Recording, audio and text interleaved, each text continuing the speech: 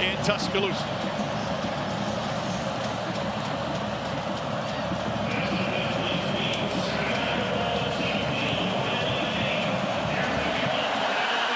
And it is a pooch kick that will find the turf. Taken off a hop, Rico Scott. And he is taken down inside the 20-yard line. So here is Ty Simpson, son of a coach, second career start in an Alabama uniform. He threw for 254 last week against FSU. Alabama history in a first career start. He also threw for a couple of touchdowns. They said the coach offensive game plan execution was hit or miss. Kevin Riley, redshirt freshman, starts at tailback. And a swing pass to start things off. Here's Bernard, who's the leading receiver last week, and he's got the sideline. And a huge play call on first down to pick up a 22. A couple of things I like about that, Tom. Go to one of your players that was pointed out that did things the way that it was supposed to be done a week ago in Jeremy Bernard. And we welcome those of you who watched another Grammatica split the uprights in a win for South Florida in an upset in Gainesville. We are in Tuscaloosa, Alabama, where the 21st ranked Crimson Tide is starting its open against Monroe. And a flag and movement. False start. Offense number 72. 5-yard penalty. First down. That's the center, Parker Brailsford. Cole, now that we have the bigger audience, what are you looking for from Alabama in terms of effort in this game? Intensity, physicality, Tom, at the end of the day. Even more so from the defense than the offense. The offense was given early on, and a little bit of that got taken away. Ryan Grubb even told us yesterday he felt like he got away from it too early. I like the confidence-building throw on first down, going to one of your playmakers from last week, but I want to see Alabama impose their will. So, and here's the first run of the day, and it's a really just burst straight up the middle and into ULM territory. Another gain of 22. Just like that, Tom. Allowed this big offensive line that outweighs this ULM offensive line by 20, 30 pounds a player, and just get north and south. Stay on your combo blocks, stay on those double teams, and let your playmakers get out there and find some yards. O-line did not have a great state. Left tackle Caden Proctor down that line. Fresh set of downs for Ty Simpson. And a little touch pass. Here is Lozier Brooks. And Brooks explodes for a little bit more. If you joined us late, Ryan Williams is unavailable tonight. He is out with a concussion. So Lozier Brooks, a freshman out of Millville, New Jersey, is expected to get a lot of run in his place. This coaching staff excited about the juice that electric and can get to full speed faster than anybody else on this football team. He set a New Jersey high school receiving record and was a 4-time first-team all-state wide receiver. Simpson out of the pistol. And they go off tackle this time with Richard Young. Gain of 3. Going to get a lot of movement from this Warhawk defensive line tonight. You saw it there. A little bit of a slant to the right side of the offensive line. Not necessarily clean by trading free in the hole, but still able to make first man miss, still come up with positive yards. A little bit bigger. Jay Lindsey enters at the tight end spot.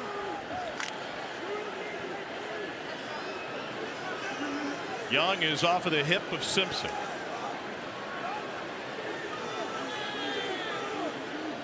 Ty Simpson, a backup for 3 years, never wavered on his commitment to this program.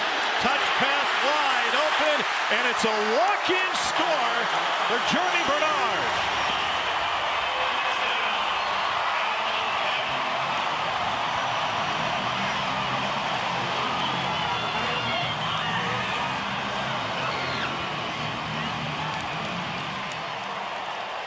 What a start for the Alabama offense. Of course, it started at FSU with a steady drive and a touchdown. Offensive coordinator Ryan Grubb said felt like the field of dreams. It went sideways after that.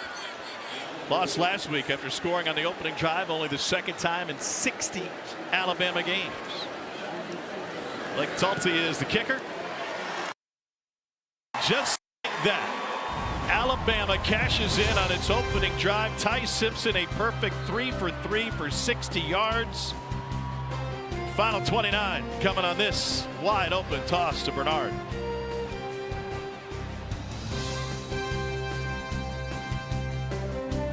Assignment. And Alabama cashes in on its first possession. No yards last week after the first possession. It was steamy down in Tallahassee and stressful for this Alabama fan base. And all of the headlines talked about the pressure to win and the effort. It's a knuckleball pooch handled at the 8 and taken to the 20. And Cole, the big point of effort, was the effort that was or wasn't seen last week. This is the part of this football team people are going to be anxious to see if it's changed, Tom, with Alabama coming on defense. The hustle to the football. This is just not tracking the ball carrier the way that we're used to seeing players in an Alabama uniform on the defensive side of things. And at the point of attack, just not necessarily what it needed to be. Missing tackles, not fitting the run in the proper gaps, turning your shoulders and your back to the ball carrier. Not characteristics of Crimson Tide defenses past. Ken Womack is the defensive coordinator. He said we felt like we had a great week of practice. We knew what Gus Malzahn was going to run. Execute. Alan McReynolds, who picks up first down. The quarterback for UL Monroe is Aiden Armenta, and he's following the Diego Pavia playbook. He's from the land of enchantment. They played for rival high schools in Albuquerque. Diego a few years ahead of them, both transferred away from the state. Armenta redshirted with the Lobos in 23. Last year threw for 1,200 yards as he followed his then offensive coordinator Bryant Vincent to Monroe. He's now the head coach in his second season. On 2nd and 6, great pursuit on the backside. And James Smith comes up with a stop for Bama. It's a loss of a yard. If there's a player on this defense, Tom, that has epitomized what it needs to be physically, 23 James Smith would be that guy. Attempt to cut the backside there. He keeps the shoulder pads low enough to sort of buck that guard off of him and comes flat down the line of scrimmage to help make a play in the backfield. We'll see some youngsters in there next to Smith, including London Simmons at some point tonight. Due to multiple injuries on that interior defensive line this week for Bama. Knocked away and nearly picked by Justin Jefferson, reading the eyes of Armenta. And it's a 3 and out for the Warhawks. Spotting play action going to be big tonight against this offense. This is a straight drop back though. Jefferson in zone coverage, eyeballing the quarterback. And a nice play with an open receiver behind him. Having an understanding of what that route combination possibly going to be, dropping into that space, batting that football down. Alabama is reporting as number 27. Number 30 reporting as 27. Mackenzie Ryan to punt it away for ULM. Bama came after it. And this will be a short punt. Cole Adams takes it to 45. We'll have kick catch interference. And add a few more to what was just a 34-yard punt.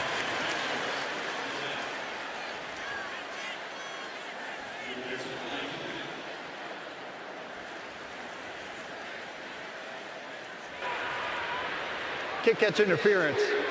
Kicking team. 15-yard penalty from the spot of the foul. Automatic first down. Tim Barker is our referee tonight.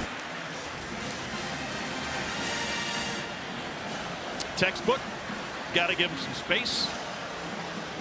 A couple of easy mistakes that can be correctable for this Warhawks football team early tonight, Tom. Not the start Brian Vincent wanted. You busted coverage, give up a touchdown. Obviously, penalty there on the kick return is going to put Alabama in their own territory. Got enough stacked against you as it is. Those kind of mistakes, and let this one get out of hand in a hurry. Ty Simpson was a Gatorade Player of the Year in Tennessee. His dad in his 21st season as a head coach at UT Martin. They're playing in El Paso tonight. Kevin Riley in the backfield. Got a convoy. And wiggles his way to a gain of a couple. Cam Dewberry, a new addition to this Alabama offensive line. Big 71 at left guard, Tom. Pulling around on that counter play. Takes a Warhawk defender for a ride. 2-3 yards down past the line of scrimmage. That play had potential to set up to be a little bit of a bigger run. But I like the physicality. I like the come-off that I'm seeing from this Alabama offensive line early on. Different than last week? Well, they didn't have a problem with this last week. First drive was incredible. It was as the game progressed. And now 2nd and 8. And enough of a gap for Kevin Riley to pick up a couple more. That's going to leave 3rd and about 6. What'd you make of Ty Simpson's play against Florida State? I thought he did more things better than a lot of people saw or even wanted to attempt to appreciate. He had defenders in his face often. Pressure he had to battle. Thought he layered a couple of footballs well. The ball didn't get out on time in certain points in that game. And it looked a little bit tight early. Thought he loosened up some as the game went on. It was a good performance, but not a great one, of course, with how things turned out. Ryan Grubb, Kalen DeBoer want him to just rip it. And he does it here, looking for a screen. Brooks breaks free, and he's got an Alabama first down. Another catch for the true freshman, Lazier Brooks. Told you earlier, Tom, they're excited about what this young man brings. This is a pass play. What's the right side of your offensive line here? That ended up being about 10 yards down the field on a little option play where that ball can go to the back or you can spit it out to the sideline. Looking to punch it in on their 2nd possession as Daniel Hill gets an opportunity. Well, Tom, I can tell you that 99% of the Alabama fans watching this game right now probably have a similar appreciation to this drive that I do, being called by Ryan Grubb. What a lot of folks thought this team could be, potentially had the makeup inside of them to be, and that is one that can push you against your will. They can impose their physicality on you. In this drive, we're seeing it up front from Alabama. Goatee Grubb in the middle of that front row of the coach's box up here on the 7th floor at Bryant-Denny. On 2nd and 5, little inside move, Bernard, and he's got it outside, and he's got another score. 16-yard catch and run by Jeremy Bernard.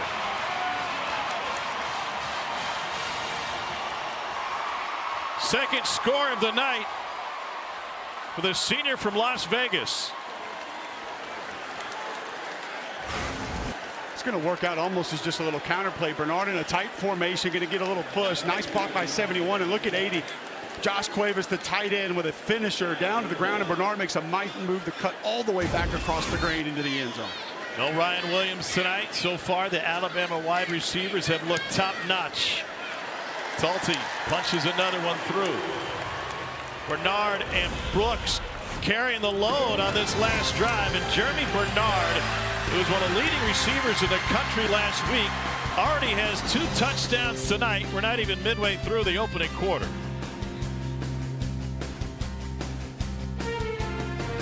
Did you? They don't have football anymore either. Nope. Nor do they have school. They didn't come here to play school. We're not playing anything anymore. Kalen DeBoer's got a 2-touchdown lead. And another punch kickoff goes right through the first man's hand, scooped up by the second. And we're seeing the effort from Alabama so far tonight. We saw incredible effort from you. Hustle award already to go from the sideline back up in the booth like the world's fastest elevator. A little double duty there. Get Kalen DeBoer, call a couple of plays with you, sprint right up to the middle tunnel. You gave me great direction, though, so you'd be my human GPS for getting to the sideline to the booth in time. Yeah, I dropped breadcrumbs when I came up from pregame. Great hustle. We'll see Jordan next week, but in the meantime, we get to see this Alabama team up close and personal, and there was just a different mood in the facility this week, as anybody at home could imagine. There's always a different demeanor and attitude inside the Malmore Athletic Complex, but it was different than the usual. It's always a little bit intimidating. It's always a little bit fierce. This one was more, like you stated, chip on your shoulder from everybody in that building. Terrell Reed is the running back. They want to throw on first down, and a swing out is blown up and then finished off. Deshaun Jones was the first man there. Justin Jefferson collected the crumbs. Oh, the weight transfer showing up. Not going to be a lack of physicality from him. Mo Lindquist, the DB coach, telling me he's going to spend most of his time at nickel tonight and anticipates that he could be somebody that makes plays in this Alabama defense, not just tonight, but moving forward.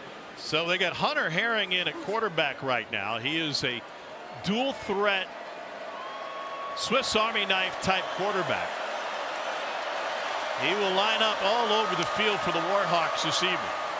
And he will keep it himself and take it forward for a gain of about 5, and that'll set up third and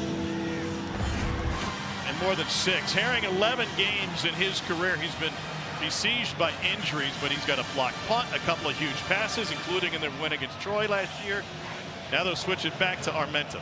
Armenta gives you a little bit more of a downfield threat, specifically with accuracy, but I'll tell you, Hunter Herring, he gives you power run ability with the quarterback position. You can go +1 in your blockers, but a little too much to pick up on this one for his playbook. Third down 6 for Armenta. Bama brings 4, and they get to Armenta, trying to escape, and somehow he Houdinis out of the pocket and now goes deep. It is caught down the sideline by Rico Powers, who somehow apparently stayed in bounds just shy of midfield. The officials confer it.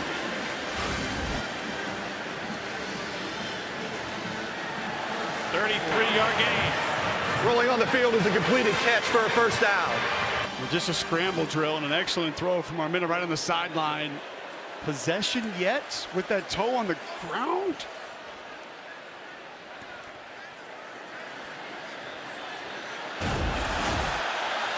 Home crowd. The ruling on the field of a completed catch is under video review. The crowd didn't seek control, but then again, they're looking at it through biased eyes. We'll take another look. Call on the field was complete. I think the question, Tom, is just when he actually has full possession, 2 hands on the football, secure. That right hand just kind of not on the ball completely just yet. Is that toe off the ground once it does happen, which looks like it's there. So you got that as a bobble and incomplete after a just second not look? complete control. See that you can't give him. I don't think you give him possession of the football there until that hand comes down to the football there, and then the toe looks like it's off the ground. It's close. It's really close.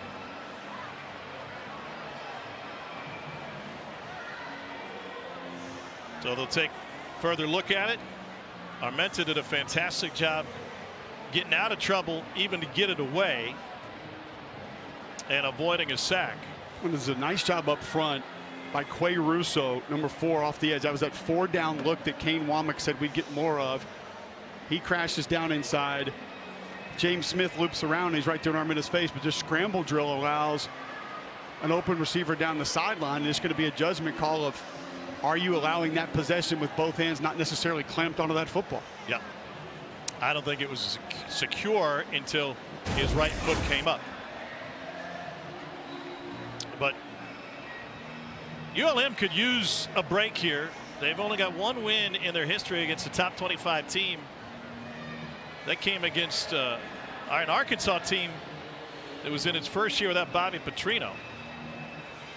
And in that game, the Warhawks converted 8 of 9 4th-down attempts. Well, it helps when you have a quarterback you can go empty that can run the football. And Colton Browning, he was a freaking warrior. After video review, the ruling is an incomplete pass. The receiver did not establish firm control with the body part down inbounds. It's 4th down. Ryan Benson is the ULM head coach. He's got plenty of experience in this state. In fact, he was coaching down at Spanish Fort High School in '07 when the Warhawks came in here and handed Nick Saban a loss. Asked him what he remembered from '07 being in state. Such a huge storyline, and he gave us the full rundown on how the JV team had done the year before, what their varsity team was up to, and the perfect number 30 for Alabama is reporting for number 27. The perfect explanation and example of a coach having blinders on. I thought he completely missed the question. That's right. Another punt for Mackenzie Ryan. Cole Adams stands at his 42. Now from the 41. Looking for a seam. Now he's got the sideline. Adams trying to beat the punter, and he gets waylaid. Wow. Mackenzie Ryan take a bow. 40-yard punt, 37-yard return, and 1 smash hit by Mr. Punter, Mackenzie Ryan. I guess I'm not going to be able to make fun of punters on the show Monday morning. Watch this. Ooh. I mean, that's like a Bradshaw clothesline. Vince McMahon would be proud. Wow. Absolutely depleted it. No attempt at wrapping up. No attempt at a normal tackle. Just sprint to sideline, clothesline. Do as much damage as usually possible. He's a former Aussie rules player, so he knows how to bring guys down with or without pads. Here's Richard Young. And Young is able to pick up 3 on first down.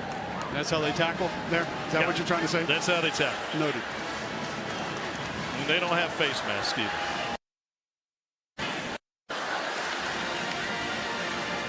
I like the mix from Ryan Grubb. Inside runs, zone runs, downhill runs, and then gap scheme runs on the perimeter. Some of the quick throws as well. Doing a nice job mixing and matching the play calling here early for Ty Simpson. And the shift prior to the 2nd and 7 play. Bernard in motion. Simpson's going to roll, change the direction, and second man got him. Billy Pullen turned him around, and then Simpson took a shot. Pullen, a senior on this defense, was here a year ago, been in the scheme, understands it. Excellent recognition, play flat down the line of scrimmage, stop, retract to that quarterback, trying to fool you out on the perimeter. Excellent job. That's textbook defense by number 5. And then Marcus Ross cleaned it up. Simpson directing some traffic now.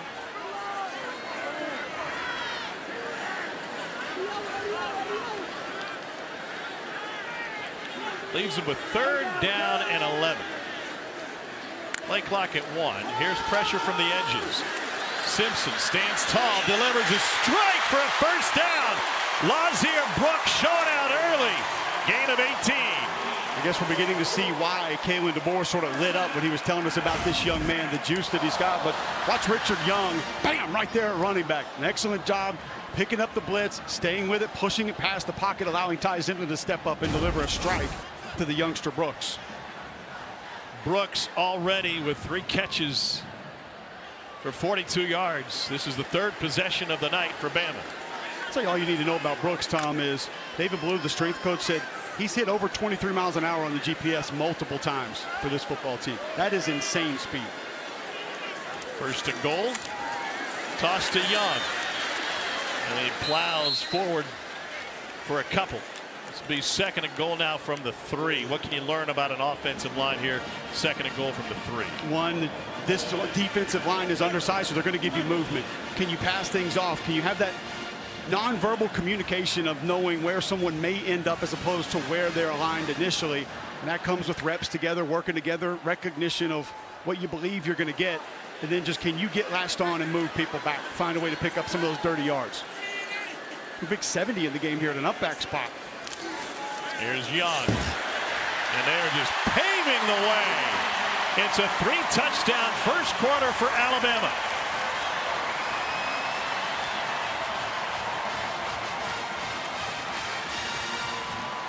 William Sanders playing the role of road grader.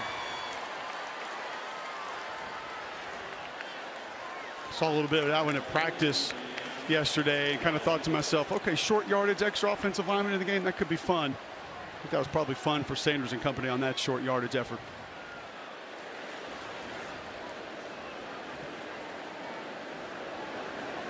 Talty's had a busy first quarter and sneaks that one inside the upright. The redemption tour starts today for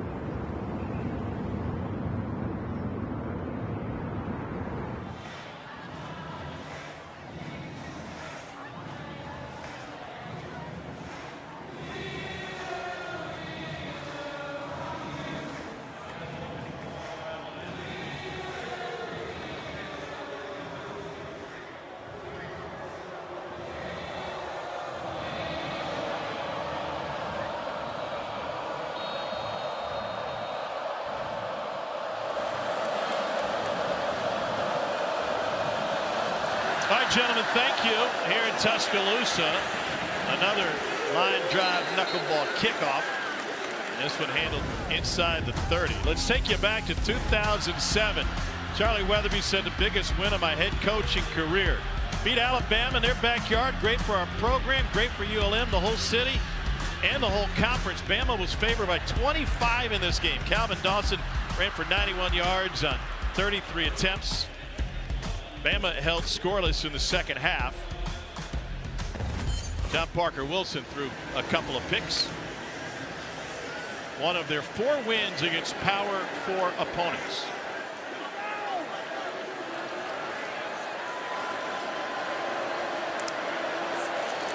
Aiden Armenta hands it off. Here's Zach Palmer-Smith.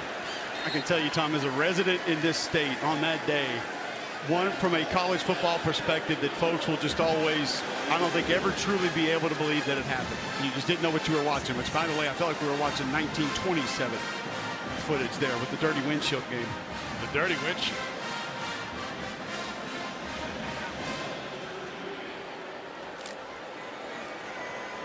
Second and 7.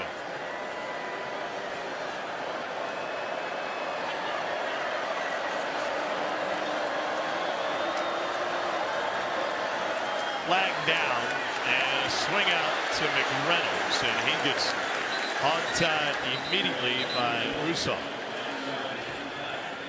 You see Keon Sapp lining up from his safety spot. Illegal shift. More than one player in motion at the same time. Offense. 5-yard penalty. Second down. Well, Brian Vincent's team didn't have any issues last week with St. Francis. They pitched a 29-0 shutout. They got a bunch of people involved on both sides of the ball. They're one of only a handful of teams the FBS level to throw a shutout in week 1. Well, they're just not built to live in this situation either. Second and 12. They're a run-first football team, physical team, going to build it off the stretch play. And the quarterback Armenta keeps it and runs right into trouble. And it's Keon Sapp. And 6 tackles in Tallahassee last week, including 1 behind the line of scrimmage. He had to play a little bit more than anticipated a week ago due to some pregame injuries, but Mo Ling was telling me, the secondary coach for Alabama before the game, he expects a big bounce back from this young man, number 3. They had a great week of practice, recognition exactly where it needed to be, showing up early for the Alabama defense. Third down 12. Thought they'd converted a big third down in the last possession. Throw was just carried the receiver out of bounds by a toenail. And nothing doing with the run game here. Does not look like we'll have a repeat of that 07 experience. James Smith and LT Overton up front.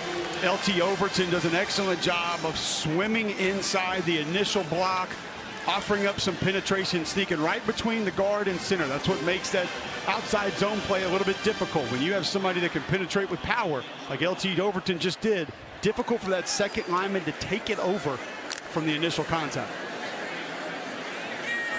Adams had a great return last time before he got waylaid by the punter. This time asks for a fair catch and takes it up to 35. We mentioned that 07 game. Nick Saban, after a Dynasty Hall of Fame career, was able to laugh a little bit at what happened after the game.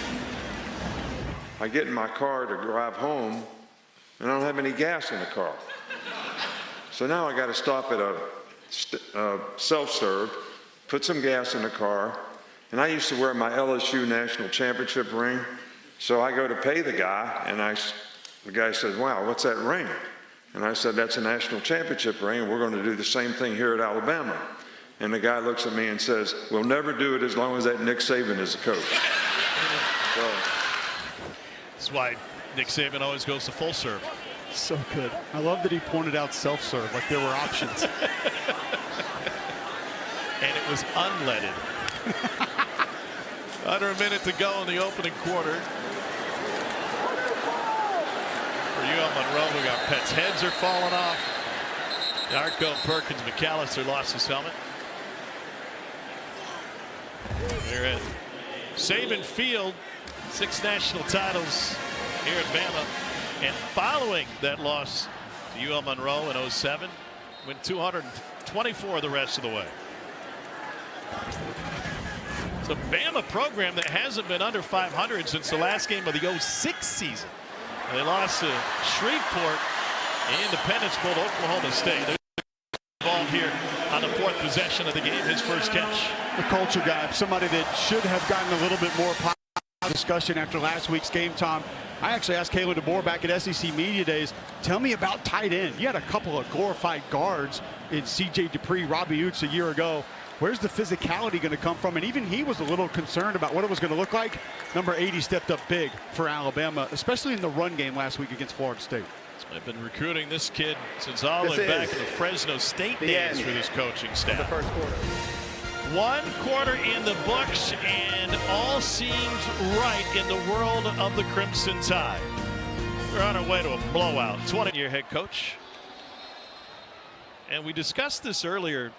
Kalen DeBoer entered a players-only meeting yesterday morning, and his message to the team, we're told, was essentially, we're going to circle the wagons. I'm coaching with a chip on my shoulder. I want you guys to play with one as well. Here's Kevin Riley, and Riley picks up a first down and a gain of nearly 13 on first down.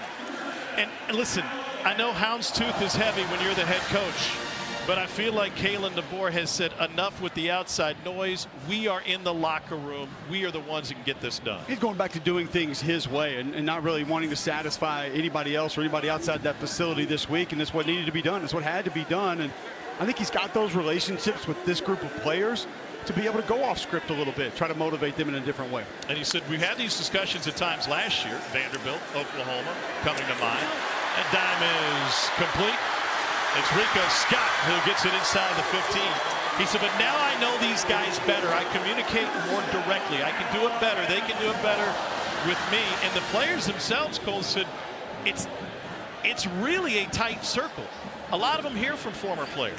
And at least one of them told us yesterday, hey, listen, respectfully, if you're not in the room with me right now, I don't really care what you're saying. And that worked both ways. Deontay Lawson told us Malachi Moore, Dallas Turner reached out to him with words of encouragement and said, hey, some of it was still tough love, but it wasn't just overly negative, the message they delivered. Perfect start for Simpson. He is 9 for 9. Straight ahead run game again. Kevin Riley one more time, and another Warhawk loses his hat. We'll have to, 2 of them lost their hats. And we got some extra pushing and shoving on the far side. I love seeing Parker Brailsford go over there, get his guy, say, hey, making sure he's coming back to the huddle, no extracurriculars, maybe handing out a couple of invitations to the block party after this play. I'll go back to Josh Cuevas again. Just an aspect of this offense that they didn't know they were going to have.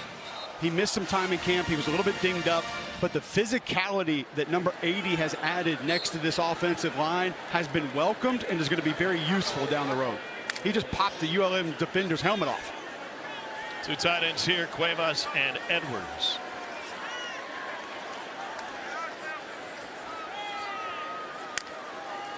Simpson glanced left, took it himself right, and he plunges in for the score. What a start for Alabama. Crimson Tide has scored on every possession tonight. Ty Simpson is 9 for 9 through the air, and now he's got a touchdown run. When you get an odd defense, which just make the edges a little bit light, and both defenders out over the tackle and tight end squeeze down initially, which gives Alabama the angles necessary. And Parker Brailsford, center, leading the way for Ty Simpson and an Alabama rushing touchdown. Could open the door to see Austin Mack the next possession. We'll wait and see.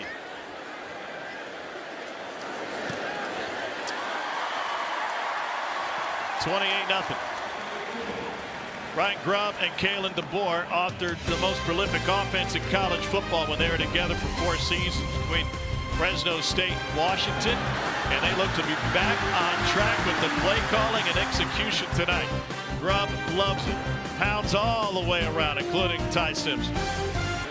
FBS football, Monroe's revenue and expenses are dead last in the country, and Alabama is top 10 in revenue, number 6 in the country, and they're number 1 in money spent. I was very taken aback, Tom, at his quote when we asked him about this, that he said, for us to be successful, ULM has to have me as the AD moving forward. Why did that surprise you? I don't think a lot of coaches around college sports would want to manage that and deal with that, to be perfectly honest, with everything you're dealing with just as the football coach. They've been to one bowl game in their entire program history.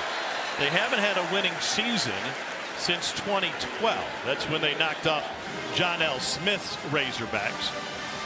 I misspoke earlier. They only went 6 for 7 on 4th down in that game, but won in overtime. But I will say it's a very interesting thought. When I first saw the news, I immediately thought to myself, with all of the cost-saving efforts across collegiate athletics, could this be the direction of some different levels of college sports? I think the key there was different levels, right? Trying to find the edge with Jake Godfrey. I mean, I don't think that, Jeff Lebby's going to be the AD at Mississippi State anytime soon, but for the Sun Belt, for the Mountain West, for the American, is that something that could potentially be feasible down the road? Like you said, it's been done before. I don't think a lot of guys would invite it, but it's a way that you can pay your head coach more money than he wouldn't leave. Some may appreciate the power that they get with that title, and essentially they're their own boss, which probably brings more complications. Depending on how the season's going. It's going to be light on sleep if you're doing it right. 3rd down 3. Armenta has time, and now he doesn't, and it's lobbed and picked off. Intercepted by Justin Jefferson.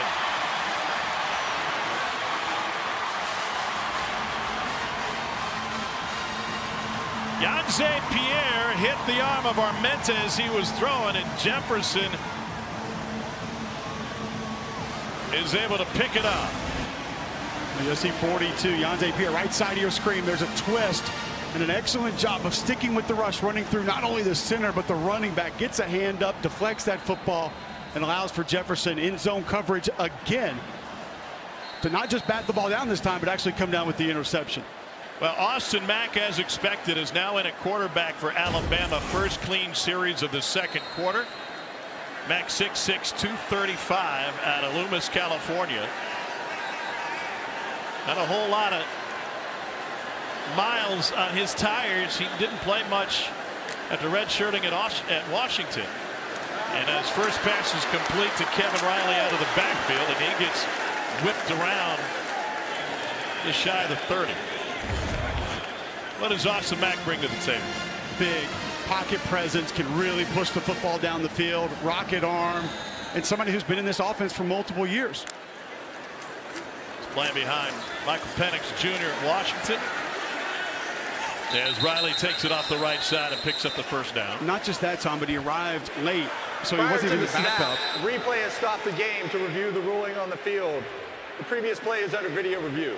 And as you stated, has not played much, but it's also, you go a bit further, he hasn't had a lot of reps. And I don't just mean first-team reps or in-game reps, but real reps in practice.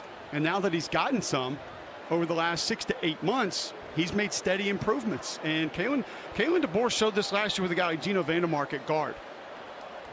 The player in front of him wasn't having a bad year, but he was doing so well in practice, and he continued to improve. They want to reward guys that aren't necessarily starters, that continue to improve and continue to show that they can help the football team actually get game reps. Now, save your graphics. Don't tweet out that Ty Simpson was benched. We don't need the graphics on that. That's not what this is. This was planned by Kalen DeBoer and his staff. They've done it before with other quarterbacks at other places. They want to continue to push the competition, and they want to get more guys ready to play and help the team. Steven Sawan was the injured player. They didn't get the snap off that last play. They wanted to check the spot of this play, which should be right at the 30.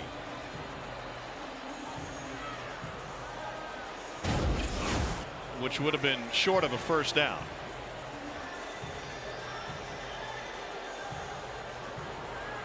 You mentioned that they've done it before. They did it just a few years ago when the staff was together at Fresno State.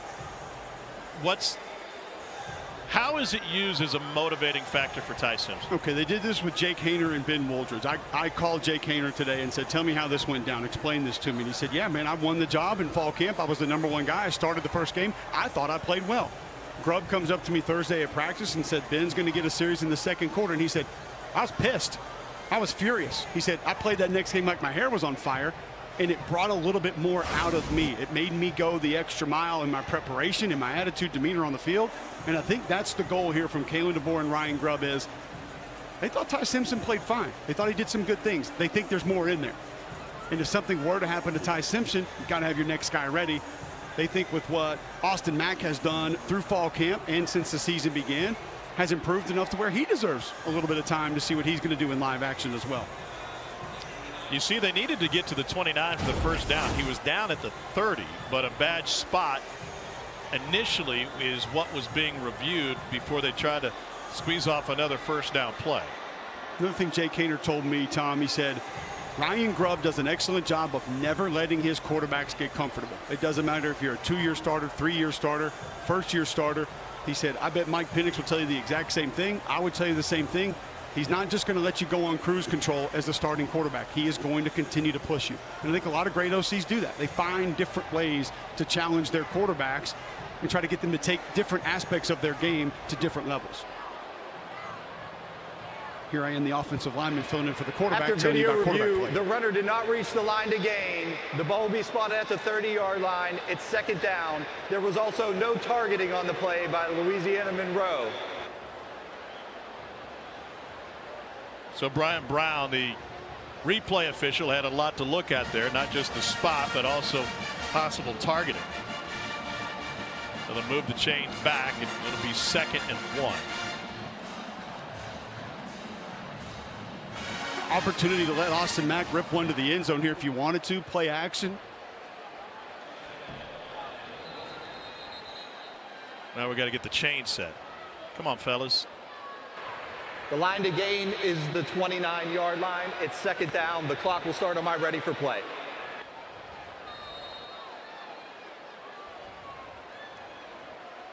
First possession for Austin Mack, the 6'6" quarterback.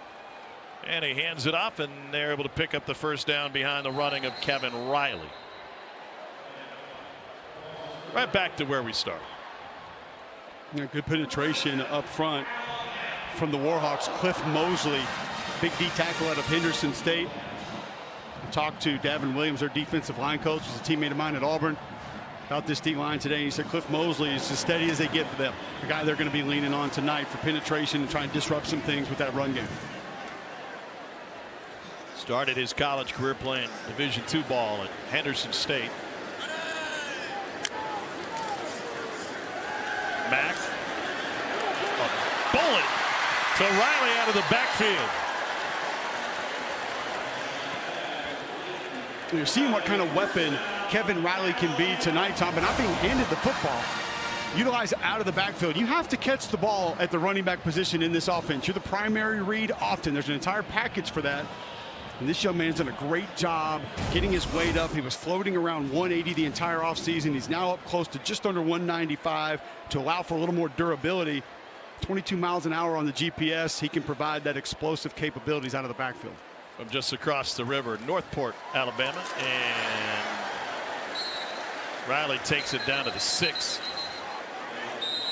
We have another helmet come off, and they think that the ball came out as well, but we've had at least 4 Warhawks lose their helmets in this game. That was a self-inflicted wound also. Jabari Tiller came in and just raked it off of his teammate. Brian Vincent uses a timeout. I think they want to make sure this gets a further look to see if it was indeed a fumble. The game clock operator, plenty of time to take a look at it. To 9 minutes and 25 Alabama, firm grasp on this one, up 28. That removes some of the play action passes that have been so successful tonight, forces you to be a little bit more of a drop back team. And the offensive line struggled in that department. The tackles didn't play well in straight drop back protection a week ago. Now out of the I, Cuevas is in front of Young. And they go play action. Mack with a bullet to the back of the end zone, and Caleb Edwards. First touchdown for Caleb Edwards, a freshman from California. It's a 6-yard strike.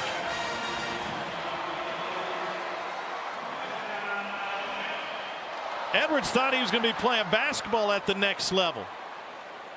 And now he's got a touchdown and a Bama uniform off the feed from Austin Mack.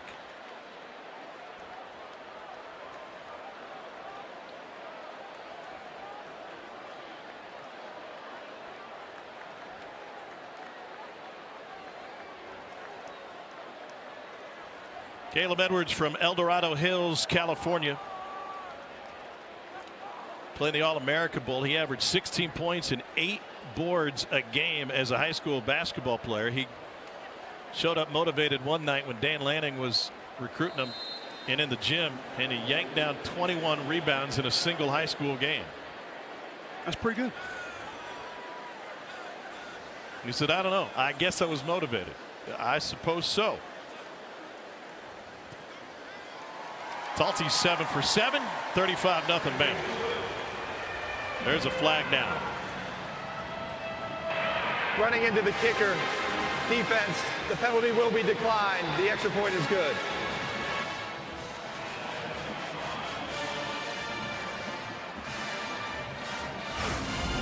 Go back and show you what play action does, Tom. First, you mentioned Cuevas 80 is going to be in the backfield. That probably makes the defense say, what? Oh, tight end's back there. He's going to go catch the football. The attention that comes with that from the linebackers and safeties allows for Edwards to slip north-south right up the seam. And a nice throw from Austin Mack. Excellent job putting that football in the belly of his running back, selling that play action, being deliberate, getting rid of it quickly. Not second-guess any portion of that play. And that is what the run game opens up for Ryan Grubb in the Alabama offense. I mean, I saw I formation. I was thinking joyless murder ball. And that's why the play action worked. 100%. Because apparently the Warhawk defense was thinking the same thing. Good start for Edwards. Sensational start for Alabama.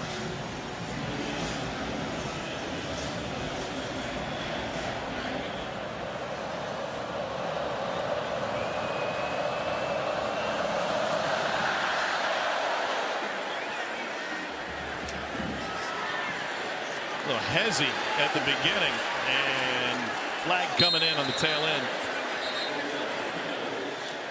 And that abbreviated return for ULM. During the return, holding number 21, return team. Half the distance to the goal line, first down. You know, Johnny Manziel said something this week on Club Shay Shay, which isn't on my podcast list typically, but he brought up the fact that maybe Bama's lost its aura. You think about Mike Tyson going to Tokyo. Buster Douglas knocked his mouthpiece out and knocked Mike Tyson out of the headlines. Then the Bulls with MJ won it 6 times. He decided to go play minor league baseball up the road, and that changed things. Tiger through 2009 won 14 majors. Now there were some off the field issues with a couple of these fellas, but every dynasty dies at some point. Just ask the head coach of the North Carolina Tar Heels. Incomplete. Given what Bama has been over its last 10 games, not just last week, but the last 10 games, 5-5 in that span. Has the Bama program lost its aura? Is that fear in opponents' eyes when they enter the building? Even if it is, Tom, it can be regained quickly because the memory is deep in that bank of everybody playing college football right now, how dominant this program has been at many points of their lives. They've seen it. They've lived it. They know it's in there. 2nd and 10. Zach Palmer-Smith taken down by Bray Hubbard. There is an understanding that this team, this program, had opponents defeated before they kicked off for many years. But having said that, there were also portions of how those teams operated that had you defeated before you played them. Physically, they could overwhelm you in ways there was nothing you could do about it. And then became the speed and the athleticism and the accuracy at quarterback that there was nothing you could do about. Not every team playing against Tua or Mac Jones or Landon Dickerson was defeated because of what the aura of Alabama was. They had guys that could just kick your tail over and over and over again on the football field.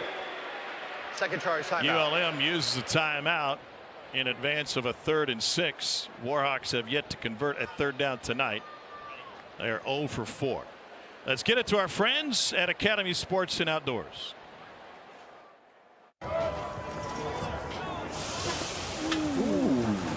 There's no I in team, but there is an M, an E, an A, and a T. My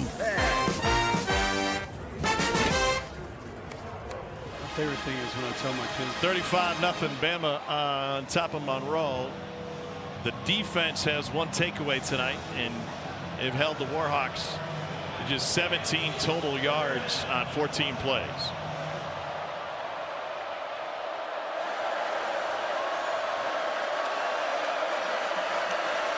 3rd and 6. Quick hitter to the perimeter. And the Warhawks get their first 3rd down conversion on the completion to J.P. Coulter. Taking advantage of soft coverage there. Young man that led his conference in yards per reception a year ago. 86 per game. 2nd in all of junior college. So bring some big playability to Monroe.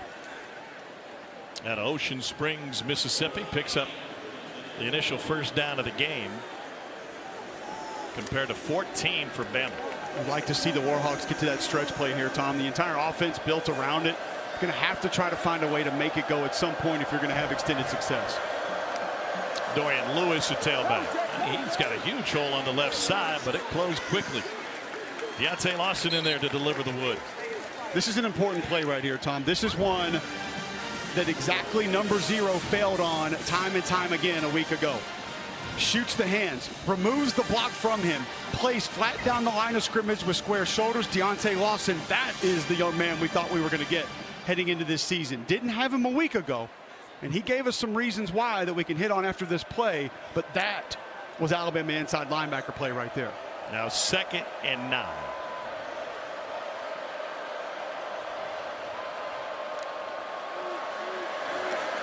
The swing pass out of the backfield. McReynolds, he gets blasted and taken down behind the line of scrimmage. Justin Jefferson has been all over the place for the Tide tonight. There's some of your pursuit that you wanted that maybe wasn't where it needed to be a season ago. And I can tell you this, you're not outrunning Jefferson out in the perimeter. Well, the timidness with which Kalen DeBoer's team played on the defensive side of the ball last week seemed like a squad that was unsure of its assignment collectively. And we were reaffirmed not only by coaches but by players inside that facility that there was nothing that showed up in that game that they had not worked on and had not seen and had not repped. 5-man rush on 3rd and 10. Armenta escapes again. He's been under pressure all night, decides to keep it himself,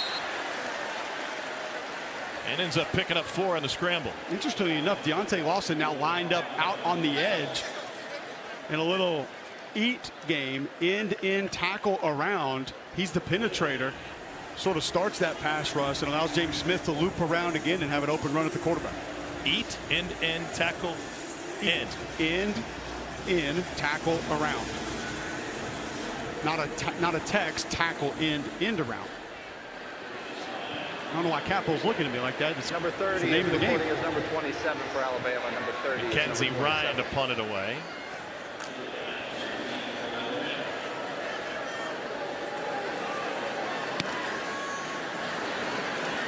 Great punt. Hauled in by Cole Adams. It gets popped out of bounds at about the 43-yard line. 42-yard punt, 10-yard return. Ty Simpson, the captain for this Bama team, has the Tide rolling tonight. Late 2nd quarter, Allstate will make a contribution to the university's general scholarship fund. Thank you, Allstate.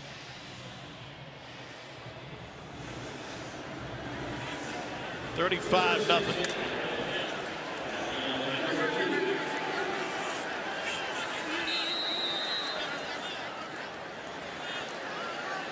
Back to Ty Simpson at quarterback for Bama after Austin Mack had a nice run.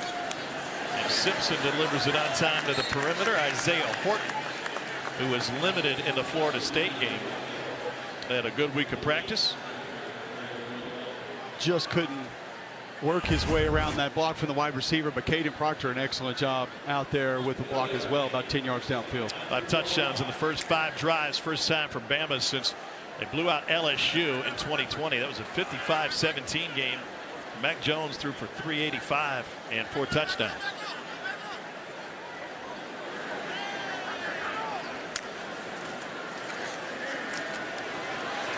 Another to the sideline, and Rico Scott gets corralled. Well, I think I feel what Ryan Grubb's trying to do with Ty Simpson tonight, Tom, is giving him deliberate 1-2s. So instead of making him go through an entire progression or come to the line of scrimmage and diagnose everything, it's, hey, you can hand this football off or you can turn and pitch it out to the flat the opposite direction. Make the defense make the decision for you. They want to lean one way, they want to tilt one way, turn, spit it out to one of your playmakers on the perimeter. You like the run look? Hand it off. And Ty Simpson has been deliberate with those decisions tonight. Now 3rd and 3. Riley joins him in the backfield.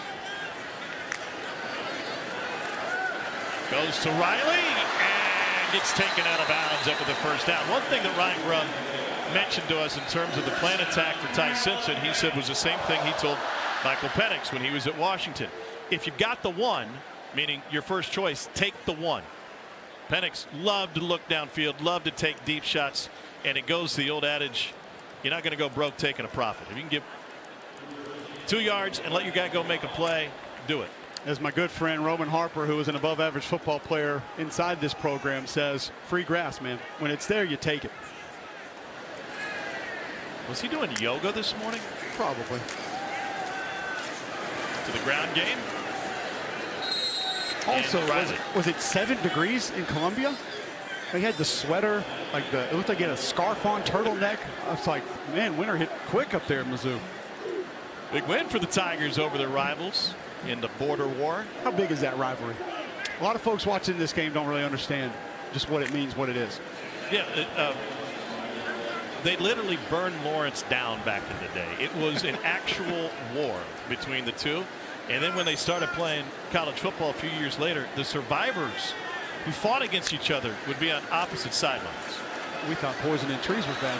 Yeah, there ain't nothing. Simpson scrambles and dials deep. Touchdown, Alabama. Flag comes flying in. Jeremy Bernard's got his 3rd of the night if it stands. On a 42-yard dash and toss by Ty Simpson, who was rocking and rolling.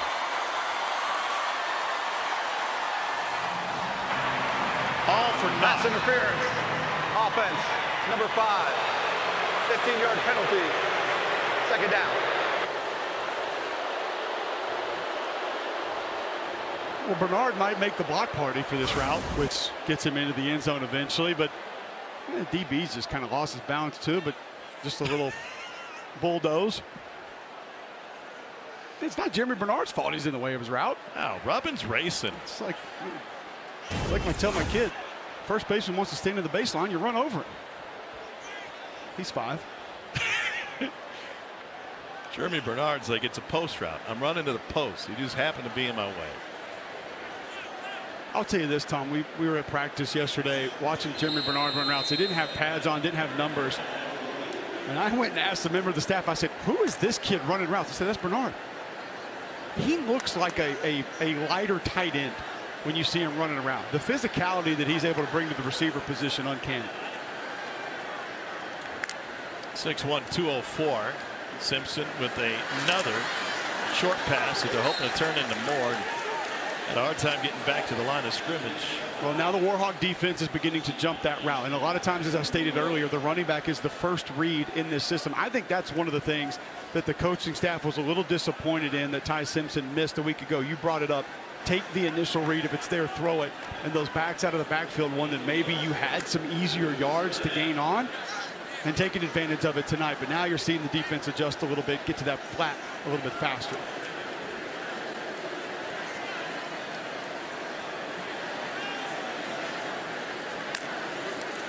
Team's 3rd and 23. Simpson, across the middle. Isaiah Horton gets taken down short. And they'll have 4 yards to pick up the first down, and will leave the offense on the field. I asked Kalen DeBoer about a specific decision that he made against Florida State, and that was when they went away from a field goal on 4th and 7 to end the 3rd quarter. And he said, well, a lot of things went into that decision. Score, time of game, kicking. He said, but the bottom line, we need 7 yards for a first down. This offense should be able to get.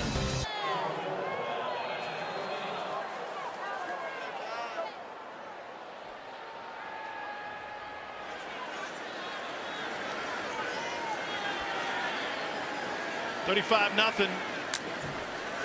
And 4th and 4. Ty Simpson delivers on time. And that's good for a first down. So a lot of reasons behind going for it on 4th and 4 for this team. Well, you're getting zone coverage. You have an idea that your receiver's going to be able to sit down in space, find it, and Ty Simpson has shown the confidence tonight to deliver it. But I just think that this game now becomes about building confidence within your players, within the system, within each other. and you continue to ride that build on it moving forward. Well, 15 for your first 15 doesn't build the confidence. I don't know what else you can do.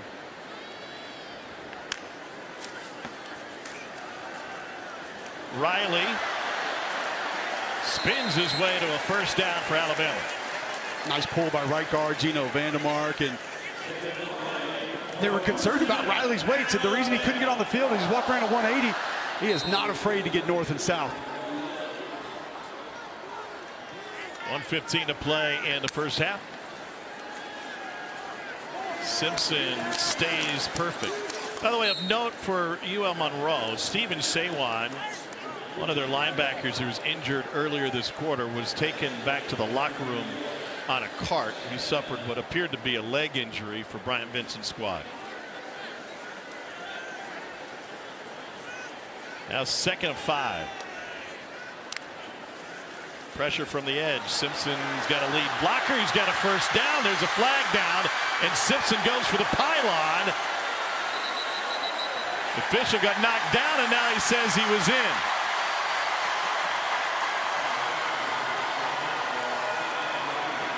This one likely coming back. Looked like a hold at about the 19. Number 72, 10-yard penalty, 2nd down. What an effort by Ty Simpson, but all for naught. I mean, I guess this is what you're going to call it on. I count this a good rep. Hands inside. The defender's attempting to come off, but he's also getting pancaked. So, I mean, I understand that the official brain may tell you you have to allow that defender to dislodge, be able to come over and make a play. I don't think that defender's coming off that block and making that play. To me, that felt like domination. You like the way Brailsford's played so far? I think he's the best player on this football team, and I think he's the best center in college football. 2nd down 16. They flip Cuevas to the right side. Brailsford stands tall at that center spot, man-to-man. Simpson fires. Corner! Touchdown, Alabama! Isaiah Horton! Just a beautiful play all the way around.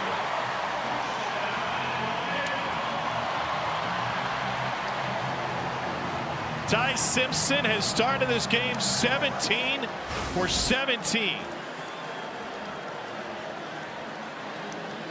I think the most impressive part of this may be he brings the eyes down to leave the pocket. He's going to turn into a runner.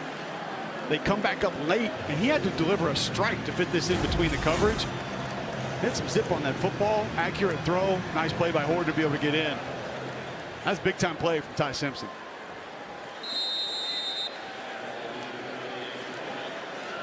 Saw Ryan Williams on the sideline. He's out for tonight's game with a concussion. Was not a participant in practice yesterday for Alabama and was in a non-contact jersey but barely on the field on Thursday. Go back and watch Simpson here. He leaves. You see the eyes come up just again late on the run. Defender almost in his face. Right where that ball had to be, in between the corner and the safety. Well, if you want to put a number on how good this start is for Ty Simpson, you can put ever at the end of it. Because no Alabama quarterback ever has started his game 17 for 17. Not even McElroy. Who? Most consecutive completions to start a game in Bama history. Add in 3 touchdowns through the air and 1 on the ground. What a bounce back performance for Ty Simpson and really this entire offense. There's no doubt. I go back to what Jay Kaner told me on the phone, who played at Fresno State, quarterback for Grubb and DeBoer.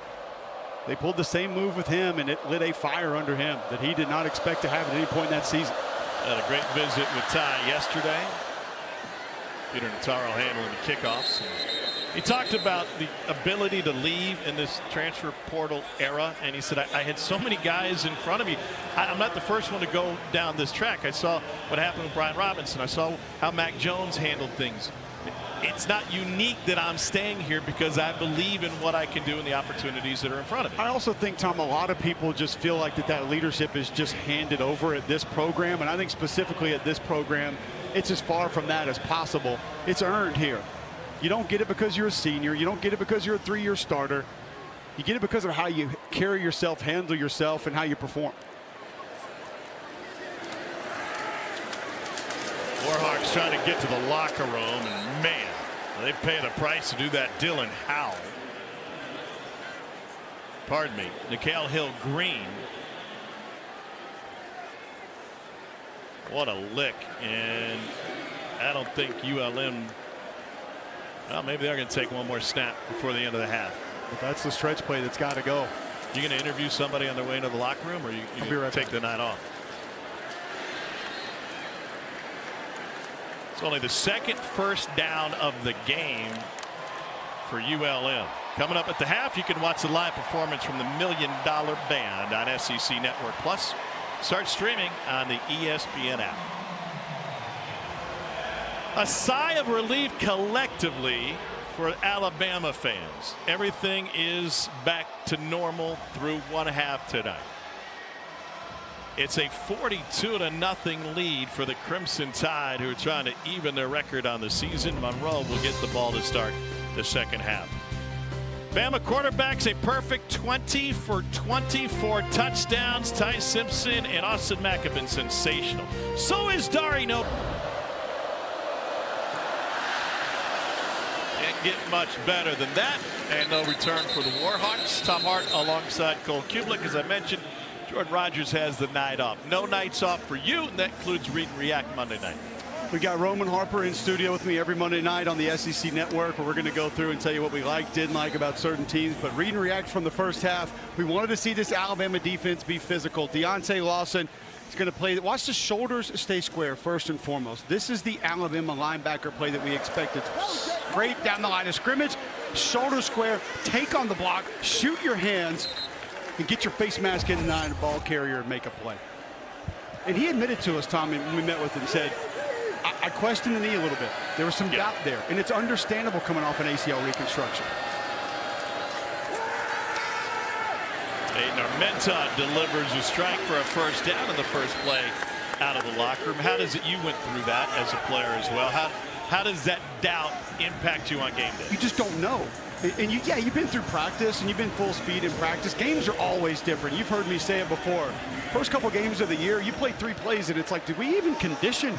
You're just gassed. There's a different intensity level, especially with the kind of game that they played last week. And if there's any doubt, if there's any question of, is this knee going to hold up? And you saw the way he played a couple of blocks. It made sense to me when he explained it to us when we met with him, why he physically played a couple things the way that he did. Hopefully that's now behind him. He keeps playing like that, he's going to be one of the best in the SEC. I said I got a game under it now. Got to trust it. And whistle pre-snap. Timeout. Louisiana Monroe. First charge. 30 seconds. Brian Vincent is trying to get to midfield. They haven't done that yet tonight. As his return to this state, longtime high school coach in a couple of different spots, both at UAB and South Alabama, where he was with Kane Womack, both as coordinators. What's in it for ULM in this second half? You got to go out and prove that you can put some things together and move the football. The stretch play, as I stated earlier, that's the foundation of this offense. Everything's built off of it, and they haven't been able to get it going. So different formations, maybe different movement out of some different alignments. Got to get some high percentage throw going as well. Your quarterback needs a little bit of confidence if you're going to find offense in this second half. Aiden Armenta 4 for 8 for 23 yards. He had more picks than touchdowns as a starter last year after he took over a few games into the season. Now first down, nothing doing. Swarmed. James Smith, first man there. Tom, I think he has the potential to be the most disruptive player on this Alabama defense. Actually, Coach Ballou, the strength coach, if you could measure grip strength and where he would kind of fall, he said we didn't really do anything with that. We worked it a lot, but he said, I know what you're seeing because I've seen this man throw some weight around. I think he's got some of the strongest hands in college football, and ripping through that offensive line again, not allowing a double team combo at the line of scrimmage on the outside zone play, disruption in the backfield. 6'3", 297 for number 23 in crimson. 2nd and 12, draw. Braylon McReynolds with the carry. So that's ULM's sprint draw package that they have. It looks exactly like it does when the quarterback will sprint one direction and look for something either down the field or to the near sideline. So the offensive line will just kind of pause that protection, wall off the defenders, and you sneak the draw back underneath it. That's great recognition by the second level of Alabama defenders to know where that football is headed. Remember, Monroe lost his star running back Ahmad Hardy, who was a Sun Belt Freshman of the Year last year. He's now at Missouri. He scored the first touchdown of the day for the Tigers in their win against KU. He's really good. Really, really good. Got a delay there and a swing out to McReynolds. Ray Hubbard couldn't bring him down, and so Keon Sabb picked it up. Yeah, Hardy went for $112 and a touchdown and 25 carries for Missouri today. Well, and the advantage that he has with Eli Drinkwitz is he's been running that stretch play here in this offense, and there's a feel for it. They went and got Nate Noel from App. He comes in, has a great year for the Tigers a season ago, and I can remember it was game 4 or 5. I actually called Brian Vincent last year. I said, Coach, who is this running back? He goes, yeah, you like him? He goes, we probably won't have him long. But it gives you an idea. Brian Vincent was not afraid to say, hey, we know what's probably going to happen with this showman the way he's playing. Bama shut out Missouri in that stretch play last year, and Tide will head to Faurot Field on October 11th, in the middle of their SEC gauntlet. 42-0 Bama. It's operated. Ryan Grubb allowing Ty Simpson to call his own number, getting Parker Brailsford and a couple of the big offensive linemen out front leading the way. The protection's been solid, much better than it was a week ago, specifically with some of the one-on-one matchups from the Alabama offensive linemen. Simpson 17 for 17. Looks like his heavy lifting is done for the night. Austin Mack getting another series here. And they'll run it off the right side and have a big gain for Kevin Riley. Bama quarterbacks combined to go 20 for 20 in the first half. First time in the FBS that's happened since Washington State did it against Montana State in 2017. Bama is the first SEC team to do this in the first half in the last 20 years. 2017, was that Minshew? Sounds about right. Who was quarterback for Montana State that year? Gronowski. Yeah, Bobcat legend.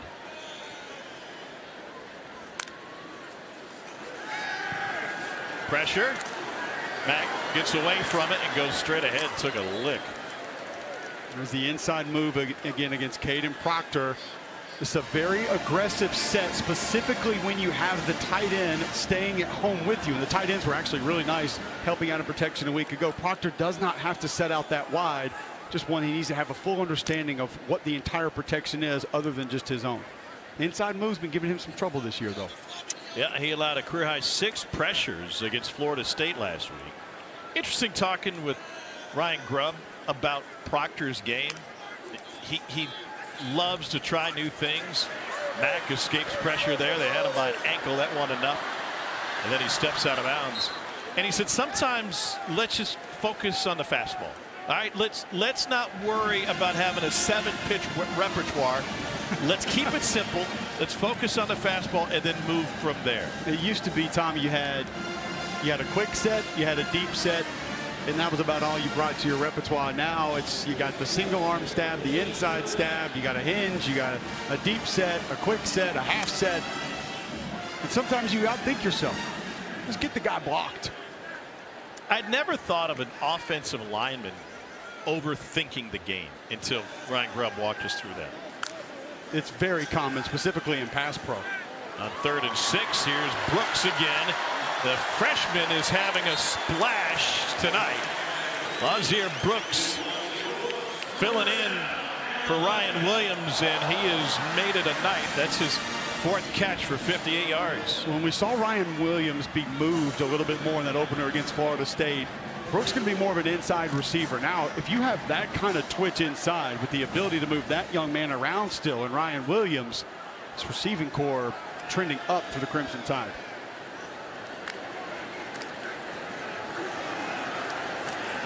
The feet of Young. And Parker Brailsford again, just a nice double team, slamming that defensive tackle over. so the guard can take him on and then getting up to the second level. Thanks, Matthew Williams chiming in. It was Luke Falk who was a quarterback for Washington State in 17. Air raid, same thing. Put you there, you could complete 17 in a row.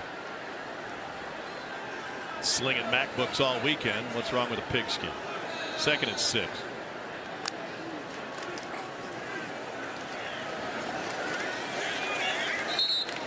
It's Kevin Riley. Another helmet coming off. What can we? I know the budget is a little light at ULM. We showed you the numbers earlier, but can we just get chin straps at work? I don't know if that's at least the 5th tonight. I don't know if I blame the manufacturer or the equipment room. There's certain guys, they want to leave that thing loose because they think it looks cool. Well, cool about having to sit out a play. It was 3rd and 2. They found 1. And let's see what they do with 4th down coming up. They'll keep the offense on the field. They already converted 1, and they're going to get a little bit bigger with William Sanders entering for an extra O-lineman. Be careful here because Sanders was coming flat across the line of scrimmage on that split zone action, so you'll run kind of zone to the right. He'll come flat across the line of scrimmage to the left. And if you're not careful and you're at the bottom of your screen, you get a little too far upfield. Look at him. He's out split wide here. How beautiful is this? 300-pound locomotive. Oh, no. Crushing. And it's a 1st down run. Oh, jeez. It's a page out of the Harbaugh playbook. We saw Harbaugh do this at Michigan a couple of times. You put a big offensive lineman, then Penn State started doing it. You get some decleaters this way, but you get big 70. Look how pretty that is, Tom. I'm glad you circled that because I wouldn't have been able to find it. 330 is tough to find in the slot, and you just don't want any of that one. I'll tell you, though, I will give Dylan Howell credit. He faced it up and took it on.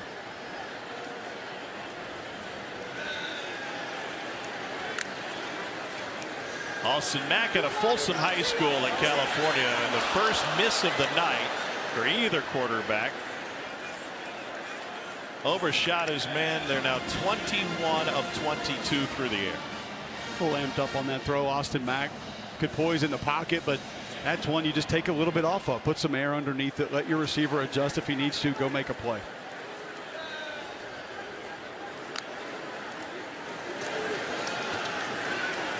Off tackle, Daniel Hill.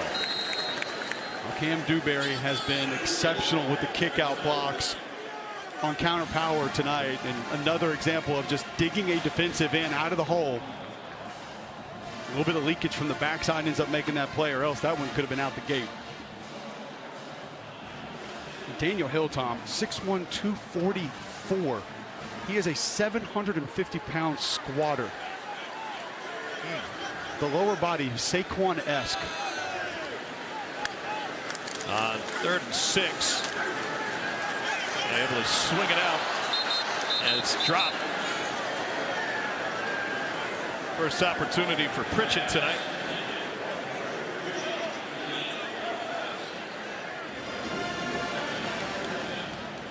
Love to have that one back, I'm sure.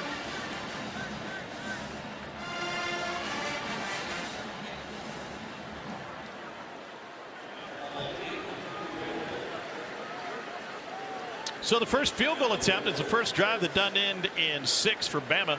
This is a 47-yard attempt for Blake Talty. He was short from 53 on Saturday.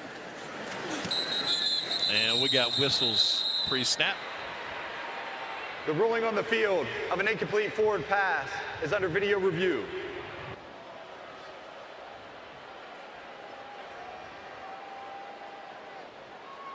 Just when the Warhawks thought they had to stop. Did he catch this? Yeah.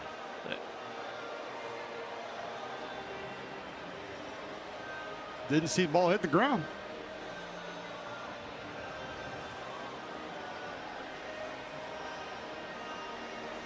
I didn't see much of a protest from Pritchett when it was ruled incomplete. Or any. Mitch may have some words right there. He's like, buddy, I caught that. Thanks. Stake my claim. He did tell his teammate, though, they caught that football.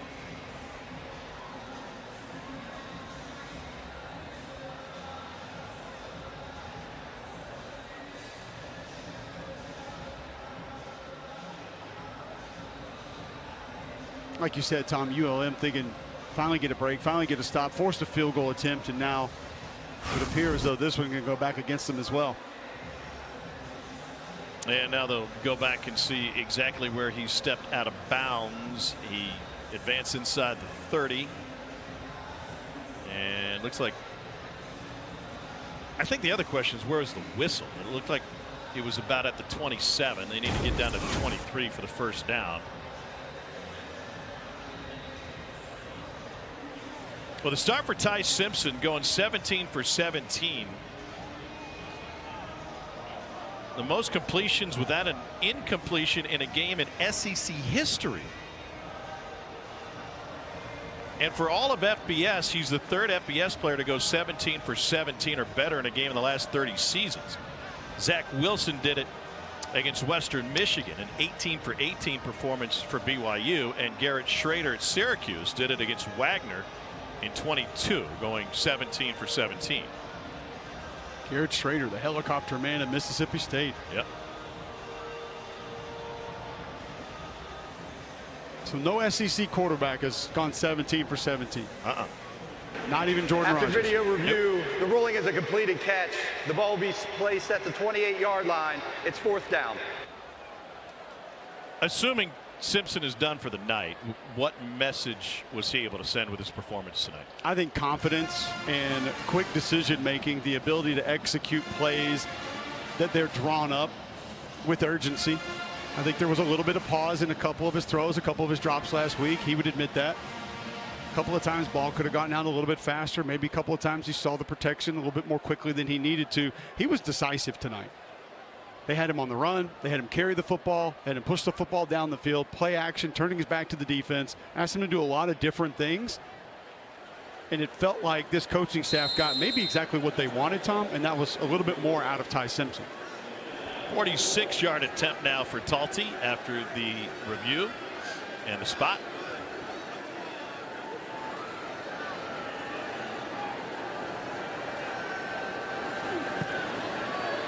That one is just inside the upright, fades in.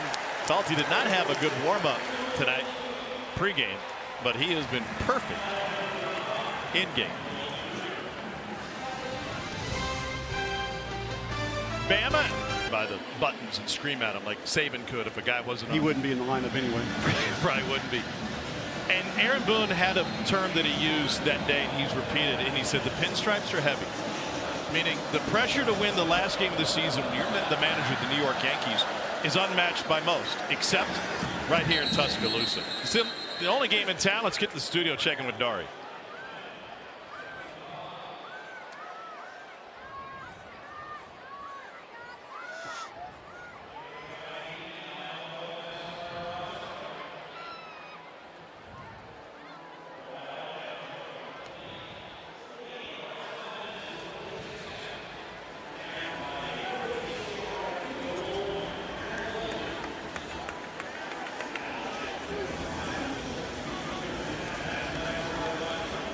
A pretty good day for the league if the Doors can pull that one off in Blacksburg, and Oklahoma can hold on for sure.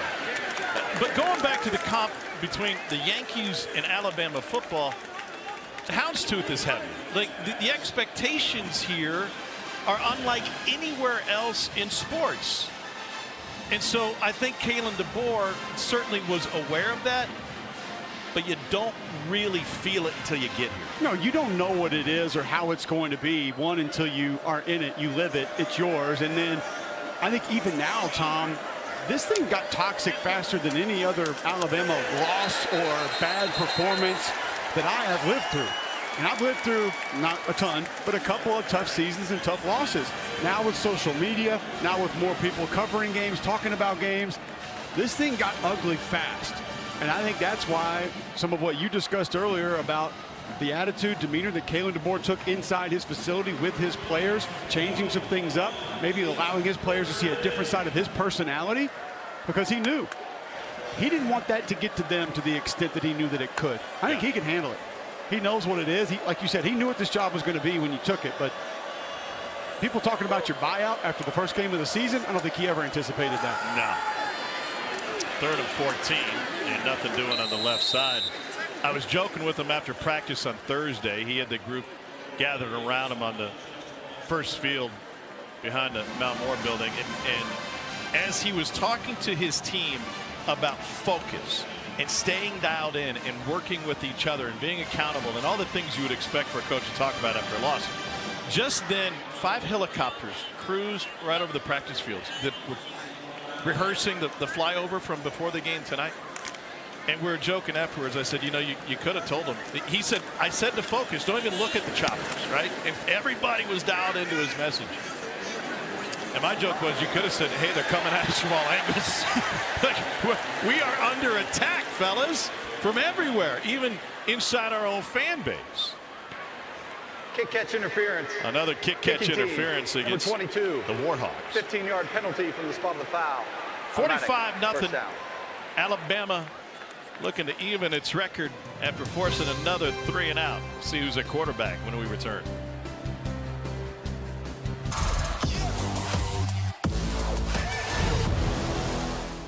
You can access the app right now, and maybe Ty Simpson's dad is doing that because his UT Martin team is on the road at Texas El Paso tonight, and they got a weather delay at the Sun Bowl in Utah. So dial up the iPad, check in on little boy, and boy, he's doing pretty well.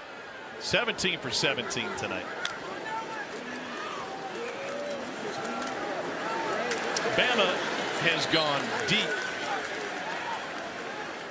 They've had 5 different running backs tonight, including Dre Washington getting his first carry. And one thing hasn't changed, though, is Parker Brailsford. You're going to see him pull around here, watch just the athleticism, snap the ball, get outside. He would end up hooking that defender, so it means he gets actually play side in front of that defender, able to wall him off. He's got some Dermontti Dawson in his game, his lateral quickness, ability to get out in space. Just a phenomenal football player. Your eyes lit up when we had a chance to meet with Parker yesterday. I left. I just said I'll go meet with him somewhere else. Yeah, you guys left the meeting, had a one-on-one. I got the sense after we talked about his style of play and the evolution of his level of intensity that he brings a certain grittiness to the position this year that maybe he hadn't shown in years past. He hadn't, and I watched every snap of his at Washington. Aaron Taylor, the Joe Moore Award Committee that I'm on, and we took that trophy to his Washington football team. He won it. He didn't play with a lot of the nasty that he does now, and I asked Coach DeBoer, I asked Coach Grubb, I said, how much of that do you think was Tyler Booker running off on him last 2 years? And he said, absolutely, 100%. When I asked Parker that, he said, no, I mean, I feel like I kind of always had this. I was like, no, man, it's a little bit different now than it was. He just has a little more extra at the end of plays, a little more physicality. Yeah, it is. He did tell me, he said, I will say, watching Book play here, he goes, I didn't think like legally you could get away with some of the stuff he was doing to people in this uniform, but you can. So Ryan Grubb said it was the best camp for an offensive lineman he had ever seen. Another lost hat. This time it's Levante Jacobs. And to your point, that's the guy who coached the best offensive line in the country just a couple of years ago in Washington. Tom, there were a lot of negatives to take away from that Florida State game, and there were a few positives some people pointed out. The one that I became increasingly frustrated with was nobody was talking about 72. I thought he played the best game of his career against Florida State. He was that good. Here's the problem when you say nobody. Like, you can talk about it. You have a radio show and a TV show, and you're on air every Saturday night, so it's not nobody if you're doing it. Kind of is, but that's all right. I appreciate your support, but I did talk about it, and I tried to tell people that this young man was sitting down on nose guards one-on-one, a zero nose, and he would just sit on them in pass protection. He was getting out in space, picking up linebackers. The combo blocks were devastating at the point of attack. It was unfortunate the offense couldn't be more successful behind that, but he played exceptional football. And Ryan Grubb said, you know what, you're probably right. That was probably the best football game he's ever played. There was some confusion because the chain gang was a little bit late. It was a first down.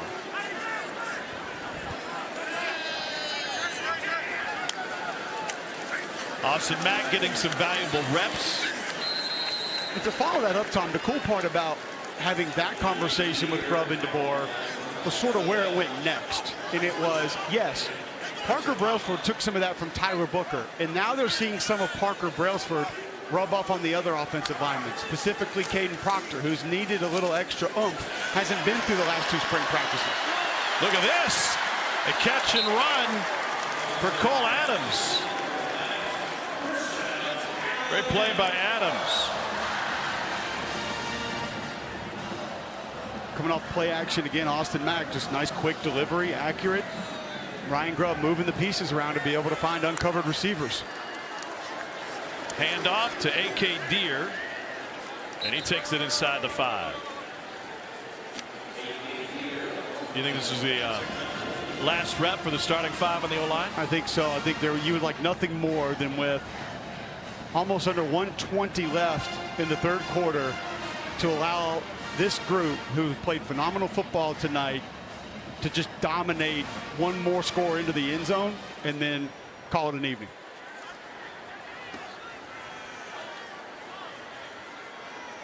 Second and goal. Toss.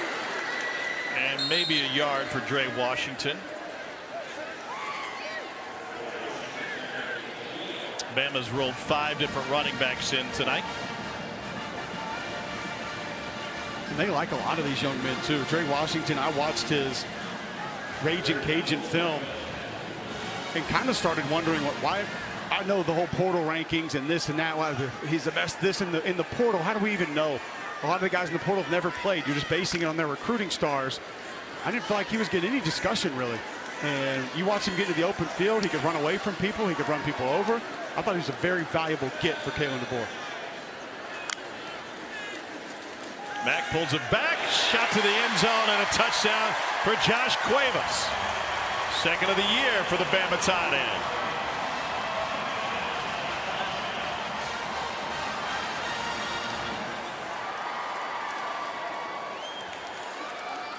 Second passing touchdown for Austin Mack. This pull protection that Alabama just ran off the play action there did not work well against Florida State. That ball actually tipped a little bit at the line, but almost like a little jump hook there from Austin Mack. You see the height that he provides in the pocket. And a line drive point after. 52-0. Let's take a look at Fansville, brought to you by Dr. Pepper. Excitement and expectation may have changed over to trepidation, but you wouldn't know it outside the stadium. They're fired up for this one. Even the AO Pi dads were ready to rock and roll.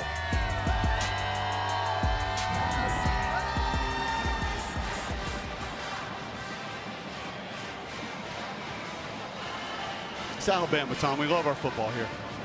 Team can lose, team can disappoint us, no matter what corner of the state. We love football.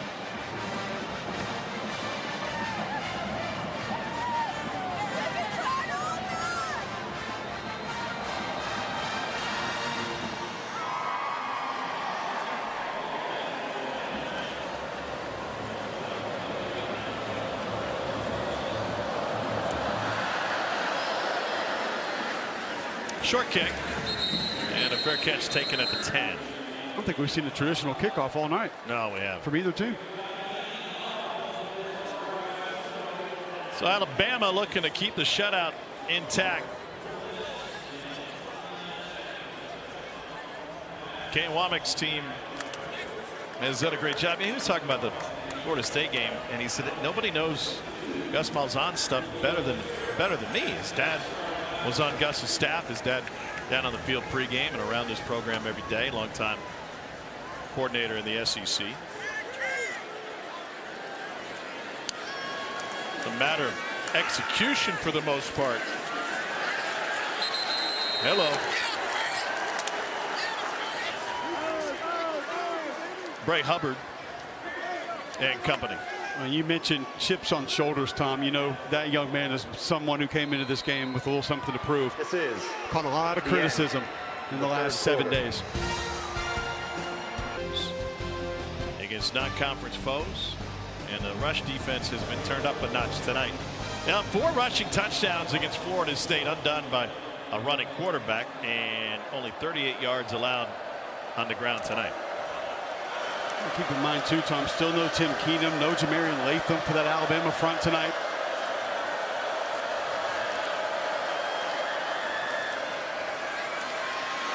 There's that stretch play, and Braylon McReynolds is able to find about 10 yards. It'll set up 3rd and short. They're down 2 coming up.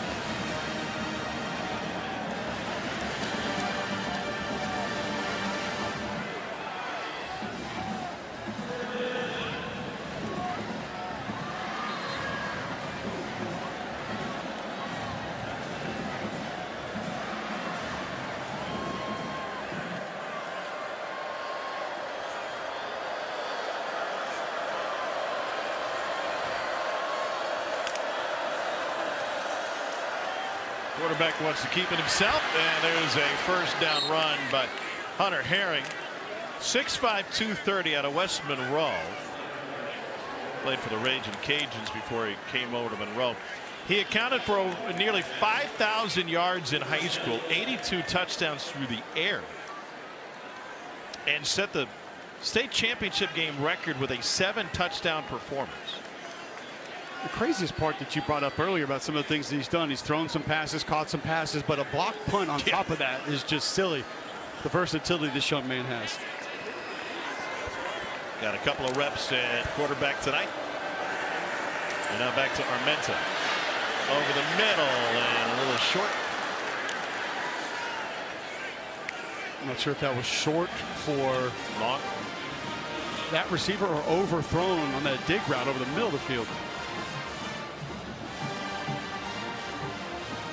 It's one of the things I love about this offense that Brian Vincent runs. Everything is married together. Every formation has multiple options. Everything that you see on the field, it makes sense as to the how and why of when it operates. But the run game has to get going. I asked Bill Clark, former UAB head coach, about Brian Vincent and his offense. He said, we love the physicality.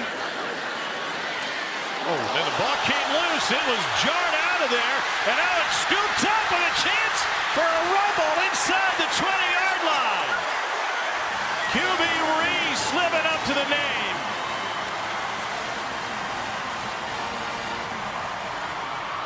Second takeaway tonight for Alabama. Big fumble recoveries must run in the family. Helmet, meat, ball. Looked like Drake Kirkpatrick forced it out. A couple of names familiar with SEC programs in this state. Dad, obviously one of the best DBs to play in the Saban era. And QB Reese, his dad Quentin played football at Auburn as well. Here's Keelan Russell, now at quarterback for Alabama. And Russell wants to keep it. Picks up a tough yard on the perimeter. So we've seen the present. Now we get a look at the future. And those wheels are something that he's going to be able to provide too. Explosive capabilities on the ground with this young man. 6'3", 194 from Duncanville, Texas.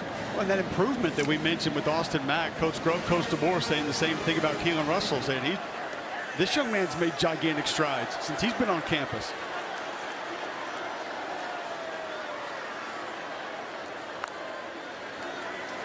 Russell to throw, and just a hair high. And I thought one of the interesting parts, whether it was talking about Russell or Mack, it was the idea that if you're a backup quarterback, you have so much room to grow, and you are unencumbered by the pressure of the position. You just go out there and work. Yep. Nobody's posting about you. Nobody's on your back in terms of what you did or didn't do in the game before. Well, a lot of times your mistakes are made over on scout team. Your mistakes are made with the third or the fourth team. They're not noticed by near as many people at practice even. Russell, unanimous 5-star recruit coming out of high school. Stutter steps and delivers on time to Cole Adams. He's in. 3 different quarterbacks have thrown a touchdown for Alabama tonight.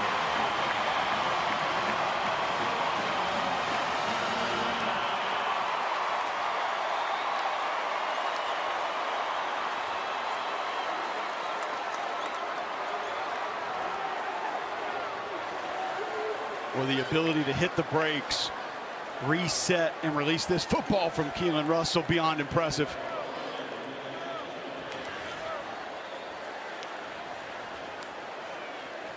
Peter Notaro is handling the kicking duties now since he got into the 50s.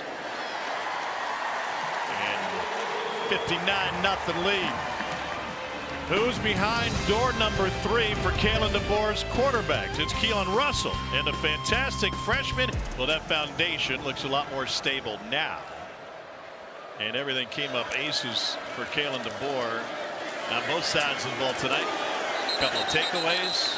3 different quarterbacks have thrown a touchdown pass. And it won't be over, Tom. It's not going to stop there. A lot of folks are going to tell you, okay, this week you get back on track. Yeah, it's a Big Ten opponent coming in here the next week, but not a team that's what they have been. Proud Wisconsin program that just doesn't have the horses right now. Georgia is when we're going to find out. Georgia is what we have to see. You're still going to get that narrative from a lot of folks, and some of it's fair, but they also came out tonight and answered the bell. To the ground game, and Jonathan Bibbs. Of note tonight, 3 quarterbacks throwing a touchdown pass for Alabama. First time since 2018 against the program from the University of Louisiana in Lafayette. Jalen Hurts, Tua Tagovailoa, and Mac Jones. The last time 3 quarterbacks threw a touchdown pass in one game for Alabama. Looks like it worked out for them.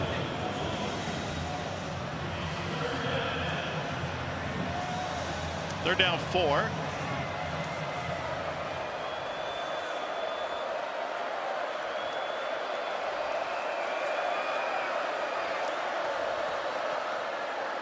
To the slant. Oh, goodness gracious. Don't feel like it was factory default as to why that helmet came off. No, that was a Pez dispenser hit. Just popped right up the top. Dre Kirkpatrick. Maybe more swag than swag.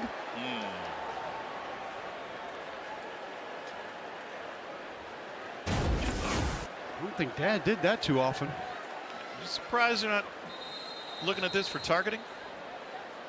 The previous play is under video review for potential targeting.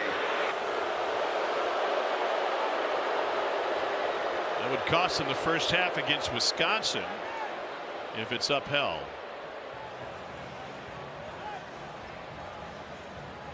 And that's a new look Wisconsin offense over the last couple of years. Yeah. It's going to be a tough one to avoid. Yeah.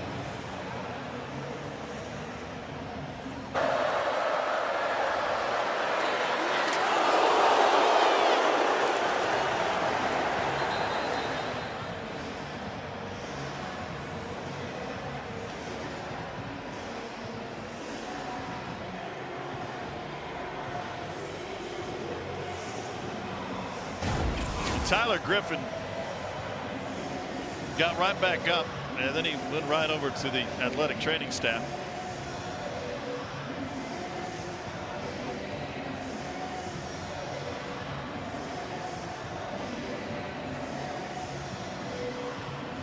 Spent a couple of years playing for UCF. Had a touchdown last week against St. Francis.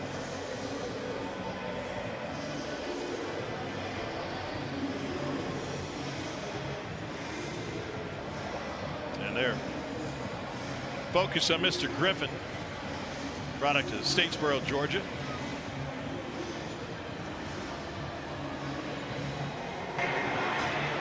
After video review, personal foul, targeting, defense number 21, 15-yard penalty, automatic first down.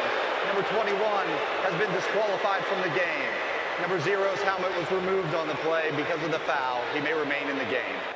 Yeah, but he may not.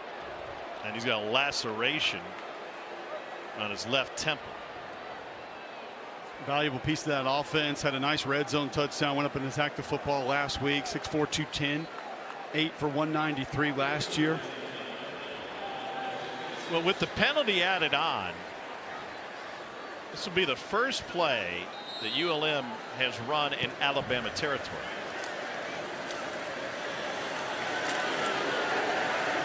And a physical run Ford. There's a lot of promise to Sean Ford, big recruit for ULM. Caden Jones coming down for Alabama, squaring him up in the hole. Some valuable reps for a few youngsters on this defense. Caden Jones, QB Reese. Kane Womack speaking very highly of a couple of these younger linebackers. They're going to need them later in the year too, Tom. Linebacker depth is something that is a real concern on this Alabama roster. You get through the grind of this schedule, they're going to need to get you some reps later in the year. 2nd and 9, Herring enters at quarterback, and that was doomed from the beginning. Zach Palmer Smith had nowhere to go. And Yanze Pierre right in his face. Yanze Pierre cleaning it up, but 31, Keon Keeley. These are two athletic dynamos on this defense that this staff is just kind of waiting to get it all figured out because of what they feel like they can add to this front. A lot of explosive capability with those two.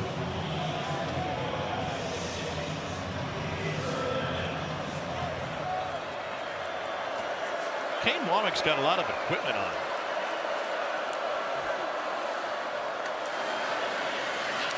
They go to the ground game on 3rd and long. Looks like some of those women walking in my neighborhood with the weighted vests. You haven't gotten one of those yet? I've got 3 of them myself, but that's just to sell them on the secondary market. Stanford's Steve told me his cost $280. You better win a lot of bets. And so instead of wearing it as a belt, we just sling it over the shoulder. I'm down with that look. Yeah. He's got that's no different than the Merces all the kids are wearing these days. Kids. He's got the hoodie underneath the vest.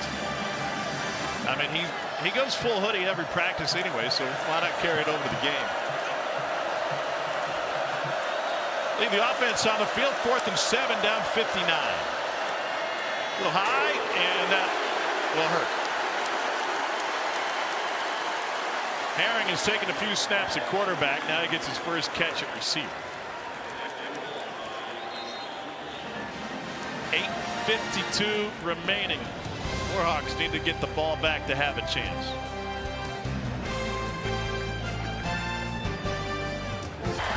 Anytime a team rolls out a Gramatica for a game-tying or game-winning field goal, you can go ahead and put 3 on the board, and that's what happened. Nico Gramatica got it done today for the Bulls on parade. Mbakwe with the catch and run, and that's a huge win for Golish, who's now got 2 wins against top 25 opponents as an unranked team this season. And that's the thing, Tom. It's still a surprise, but Alex Golish brought that offense back. He brought Bryson Brown back as his quarterback. He had the most of his front 7 back. His offensive line was mainly intact. They were going to have a good football team. They proved that because Boise looked pretty good. And that wasn't a fluke that they got Boise a week ago the way that they did. South Florida, they might have a squad. Pritchett motions to the left side. USF goes to Miami next. Hard fought yards late in this game. Jalen Mbakwe getting a touch.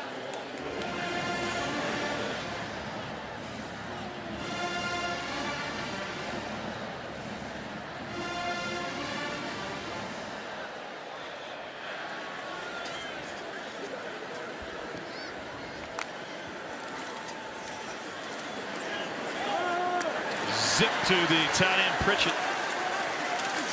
Yeah, I think in a very short amount of reps here, Tom, we have full confidence in saying that Keelan Russell, even off balance, going to be able to distribute the football. We saw him on that touchdown pass, kind of a begin to leave the pocket up the middle, hit the brakes, 1 step back, deliver a strike. That time almost on the run, spits the football out quickly with great velocity. The talent hard to hide when you're watching Keelan Russell operate. Yeah, this was part of the plan for this Alabama coaching staff. Kalen DeBoer, talking to us yesterday, went over the plan to get Austin Mack in the game in the 2nd quarter and said, I'd really love to get Keelan out there. He deserves an opportunity. And it unfolded in front of him thanks to the efficiency from the other 2 guys to start this game as Dre Washington carries on the left side. He comes in with a sterling resume. #1 quarterback in the ESPN 300 coming in, and he's 3 for 4 tonight. Yeah, that's Kalen DeBoer and his staff signing that young man too. So deserves credit for that.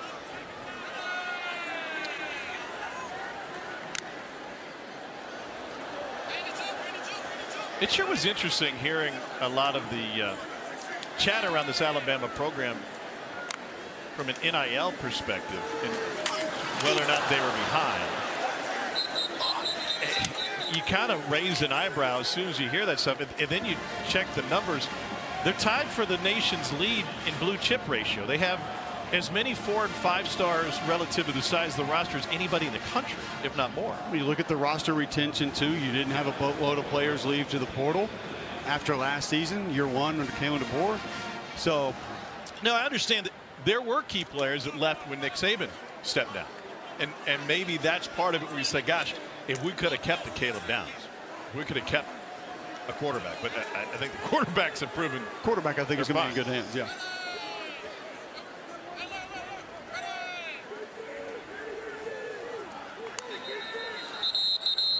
Well, the center that time. Delay of game. Offense. 5-yard penalty. Cole, it looked like Joseph Ionata was trying to help out Keelan Russell, get him to snap prior the ball. to the play clock expiring. Yeah, kind of waving the hand back behind him, and this is where first charge. some of the details of the operation become a little bit iffy because Keelan Russell hasn't had a lot of live reps. So you forget the speed of it, you forget some of the operation of it, and it can hit quickly. Coming down to the wire in Tuscaloosa.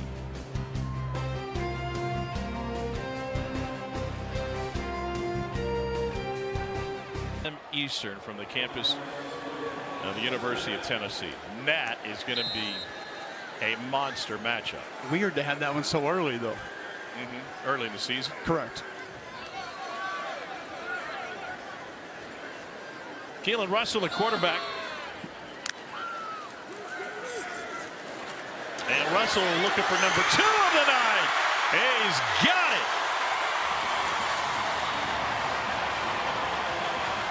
Touchdown strike to MJ Sherwin.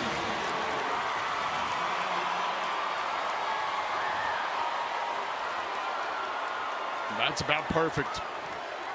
And gets to the back of his drop through the progressions, understands where he wants to deliver the football. Bam, right on the money.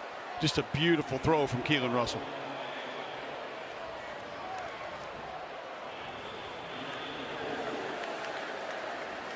.607 to play. 7 passing touchdowns for the Alabama offense tonight, spread among 3 different quarterbacks.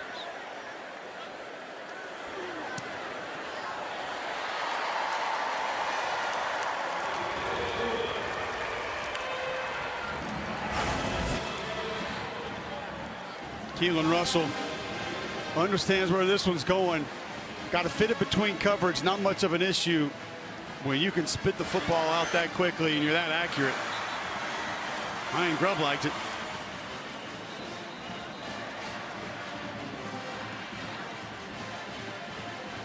Mentioned that this coaching staff had a little chip on their shoulder. I think this game feels like for those guys.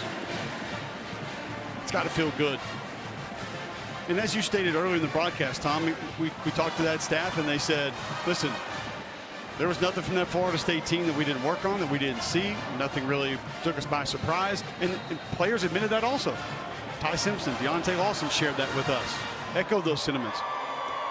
So to be able to come out tonight and prove that could have been a one-off, I think has to feel pretty good for this staff. Well, Alabama had its largest drop in the AP Top 25, falling all the way down to the 20s. Here's how the top 10 fared. Notre Dame, the only one didn't get a win because we got a week off. South Carolina leading South Carolina State 17-3, but otherwise some romps. At least Troy got to double digits. Did Grambling win the Battle of the Band? That's the question. Mickey Andrews talking about. What a difference a week makes, huh? I mean, after the slate we had last week in college football. Hello.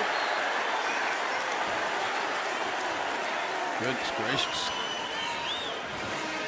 You know, a lot of people ask me about Alabama football. We have a chance to come over in years past, watch a Nick Saban practice. And I said, you know, I always tell them the same anecdote. When what makes this program stand out is that everybody is invested. And it really hit home under Nick Saban because you're playing for national titles every year. And I said the first string guys are playing for the league. And most of the second string guys are freshmen. And they're next up. And then even the guys on the scout team, if they're never going to play, they're playing to wear that ring for the rest of their life when they come to Bryant-Denny Stadium and to wear that letter jacket. And everybody is invested. And that's why the level of focus, I thought, is always so incredibly dialed in, no matter who was wearing the uniform. And I think we're seeing that tonight late in this game from the guys who are third, fourth string. We're getting an opportunity to go out there and show some pride in the game. When you hear the word standard, that's what it is. I think that's ultimately what you're defining there when you're making those reference points. And these young men work just as hard as everybody else. They're on the practice field. They're getting the reps.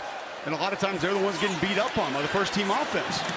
Now they get to get some real reps out here in front of an awesome home crowd and an awesome environment at Saban Field, at Bryant-Denny Stadium,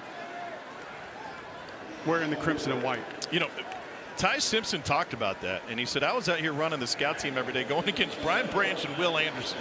Like, that made me better to go against those guys every single day. Yeah, pocket probably broke down quickly. Uh-huh. That's what Nick Saban just fed into this program over and over. Competition, it fueled it. And that's why Kalen DeBoer's made a few of the decisions that he has made tonight. Wants to see more of that competition continue. Near holding and a lob out of bounds. I think there may be still some misunderstanding about what Kalen DeBoer and Ryan Grubb were accomplishing when they found playing time in the second quarter for Austin Mack today. Can you just go over that one more time for the people in the back row? I think first off, they've done it before. This has been something that they have leaned on in the past. They've done it with other quarterbacks at other places, and they felt like deep down inside they could get a little bit more out of Ty Simpson. 1, 2, Austin Mack deserved it. And they believe when players are having success in practice, practicing the right way, improving, that they should get those opportunities to play in games. And I think the biggest difference, of course you're going to play your backup quarterback at some point in a game that ends up in the neighborhood of 66-0. But the idea that Mack was going to get an opportunity in the second quarter, and that was communicated to Ty Simpson on Thursday. Here's the game plan. Here's what we're going to do. And by the way, if you take 48 hours to stew on that and that fires you up, that's part of the process. Yeah. And how did Ty Simpson handle it with us? Like a champion, like a real man would. But you could tell that it sent a little bit of a message to him that there should be no complacency here, just like there never has been prior. He said, my career to this point has been full of ups and downs. Sometimes a good restart is good for everybody. The new coaching staff coming in. But he has stuck through it. What a performance tonight. Now 3rd and 5. Out to the edge, and a catch and run made by Hunter Harrell. You see right there, he can do some things now. Does not move like he's 6'5", 230. It was funny, you made the Taysom Hill comp with the coaching staff when talking about him, and I'm like, this guy's 2 inches taller and probably 10 pounds heavier. But he moves in a similar fashion. He Swiss Army knife is what Brian Vincent called it. I didn't have hurdles on his resume, though. That's something new. And the Graves going deep, looking for the end zone. It is knocked away. It's Cam Calhoun in on another play as Bama tries to preserve the shutout. Fortunate there that ball may have been a little bit late because had a step on the way to the end zone. Couldn't come down with it, but 66-0. As you stated, this is probably what, the 4th or 5th play in Alabama territory tonight for the Warhawks? Yeah, 5th. And now it's Landon Graves, who's taken over quarterback, third-year sophomore out of Monroe. 3 attempts last week against St. Francis. He also saw the field against Texas last year, and the #1 team in the country. Ball came loose. Bama's got another takeaway.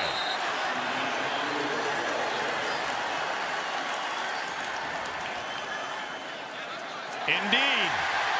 Crimson Tide football. Rolling on the field with a fumble recovered by the defense. First down, Alabama. They're going to be QB Reese now with a fumble recovery and a forced fumble.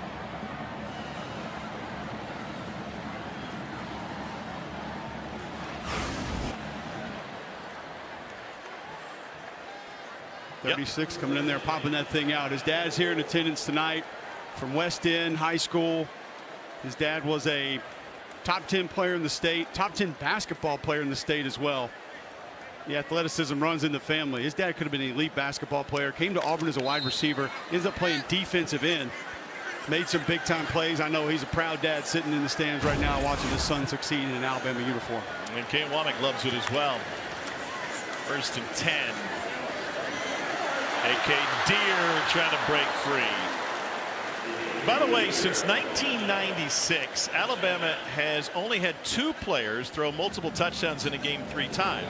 Jalen Hurts, Tua Tagovailoa did it 3 times, 17 and 18. Our research does not show any instances of 3 players accomplishing it in the last 30 seasons. Ty Simpson 3 touchdowns, Austin Mack 2, Keelan Russell 2. This is 2-minute timeout. Timeout.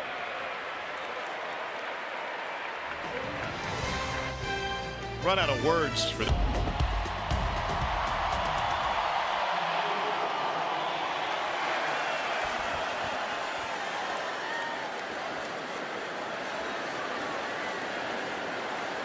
I think Nick Sheridan's going to have a lot to like in the film. He's breaking down the QB play after tonight. And I might draw a flag on the backside, and yep. Jalen Mbakwe with the carry, but before that we'll get a hold on Jackson Lloyd, freshman from Carmel, California. Offense, number 78, 10-yard penalty, second down.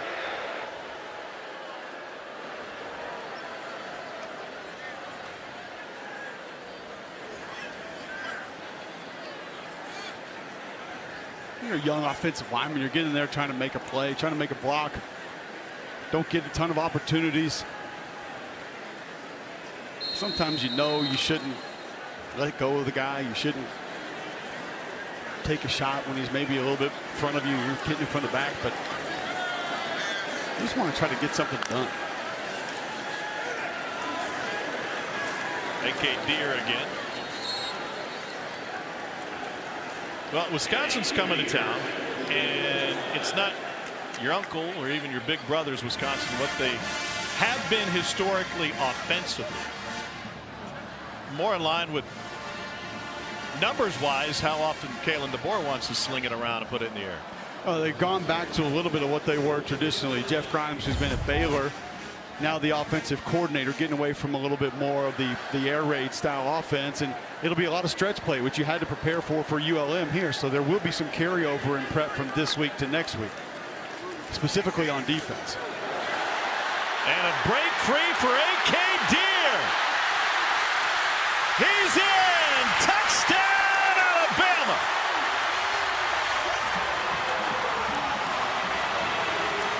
It's a 56-yard run, and they've got a 70-burger on the scoreboard.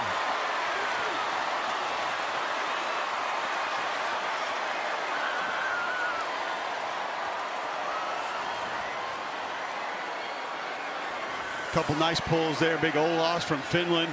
We saw William Sanders earlier come in and jumbo package. He pulls around with a nice kick out block.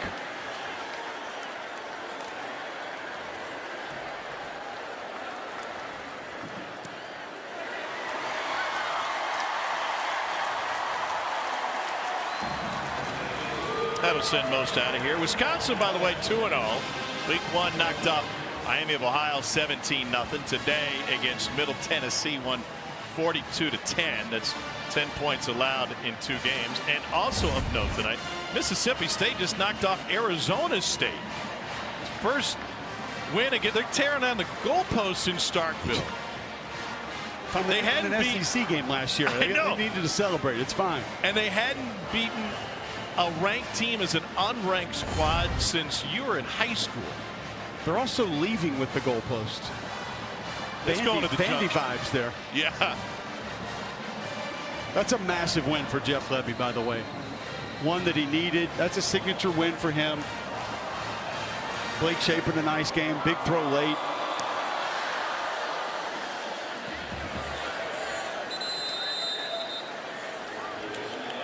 Most significant win in Kickoff the out of SEC bounds. today came where? Kicking team, number 97. I would go there. Ball be Just played nobody at the could see you 35-yard pointing to line. I would go to Starkville Yeah. Louisiana because Monroe. Jeff Levy needed that one so bad. If Oklahoma holds on against Michigan, when it appears as though they will, that one also massive. There were a lot of discussions about Brent Venables' hot seat. Where are they going to go? Is this going to work? John Mateer's real deal. He is. That's the best defensive line in the SEC. I mean, Jackson Arnold had a pretty darn good day, too. He did. I don't know if I would mark Ball State as significant, but there are a lot of points proven, I think, today. And maybe a lot of narratives that were forcing people to get the erasers out on their number 2 pencils. Some not so fast, my friends. When's the last time you used a number 2 pencil? My kids use them all the time, actually. It's a They little don't use the frustrating. big Snoopy ones, the kindergarten pencils? No, we don't have those. Those were great for pencil break back in the day, though. Yeah, they were. Swarming defense for Bama. It almost feels like, Tom, this second and third group of the Alabama defense took this more personal than the first team did tonight. Well, and that's kind of what I was alluding to, like the pride and accountability for everybody wearing a jersey, even if you don't see the field a ton. Here's a chance to prove it. Yeah, this group has brought aggression, penetration, disruption. I mean, they have been, these 2s and 3s for Alabama defense tonight have been impressive to watch.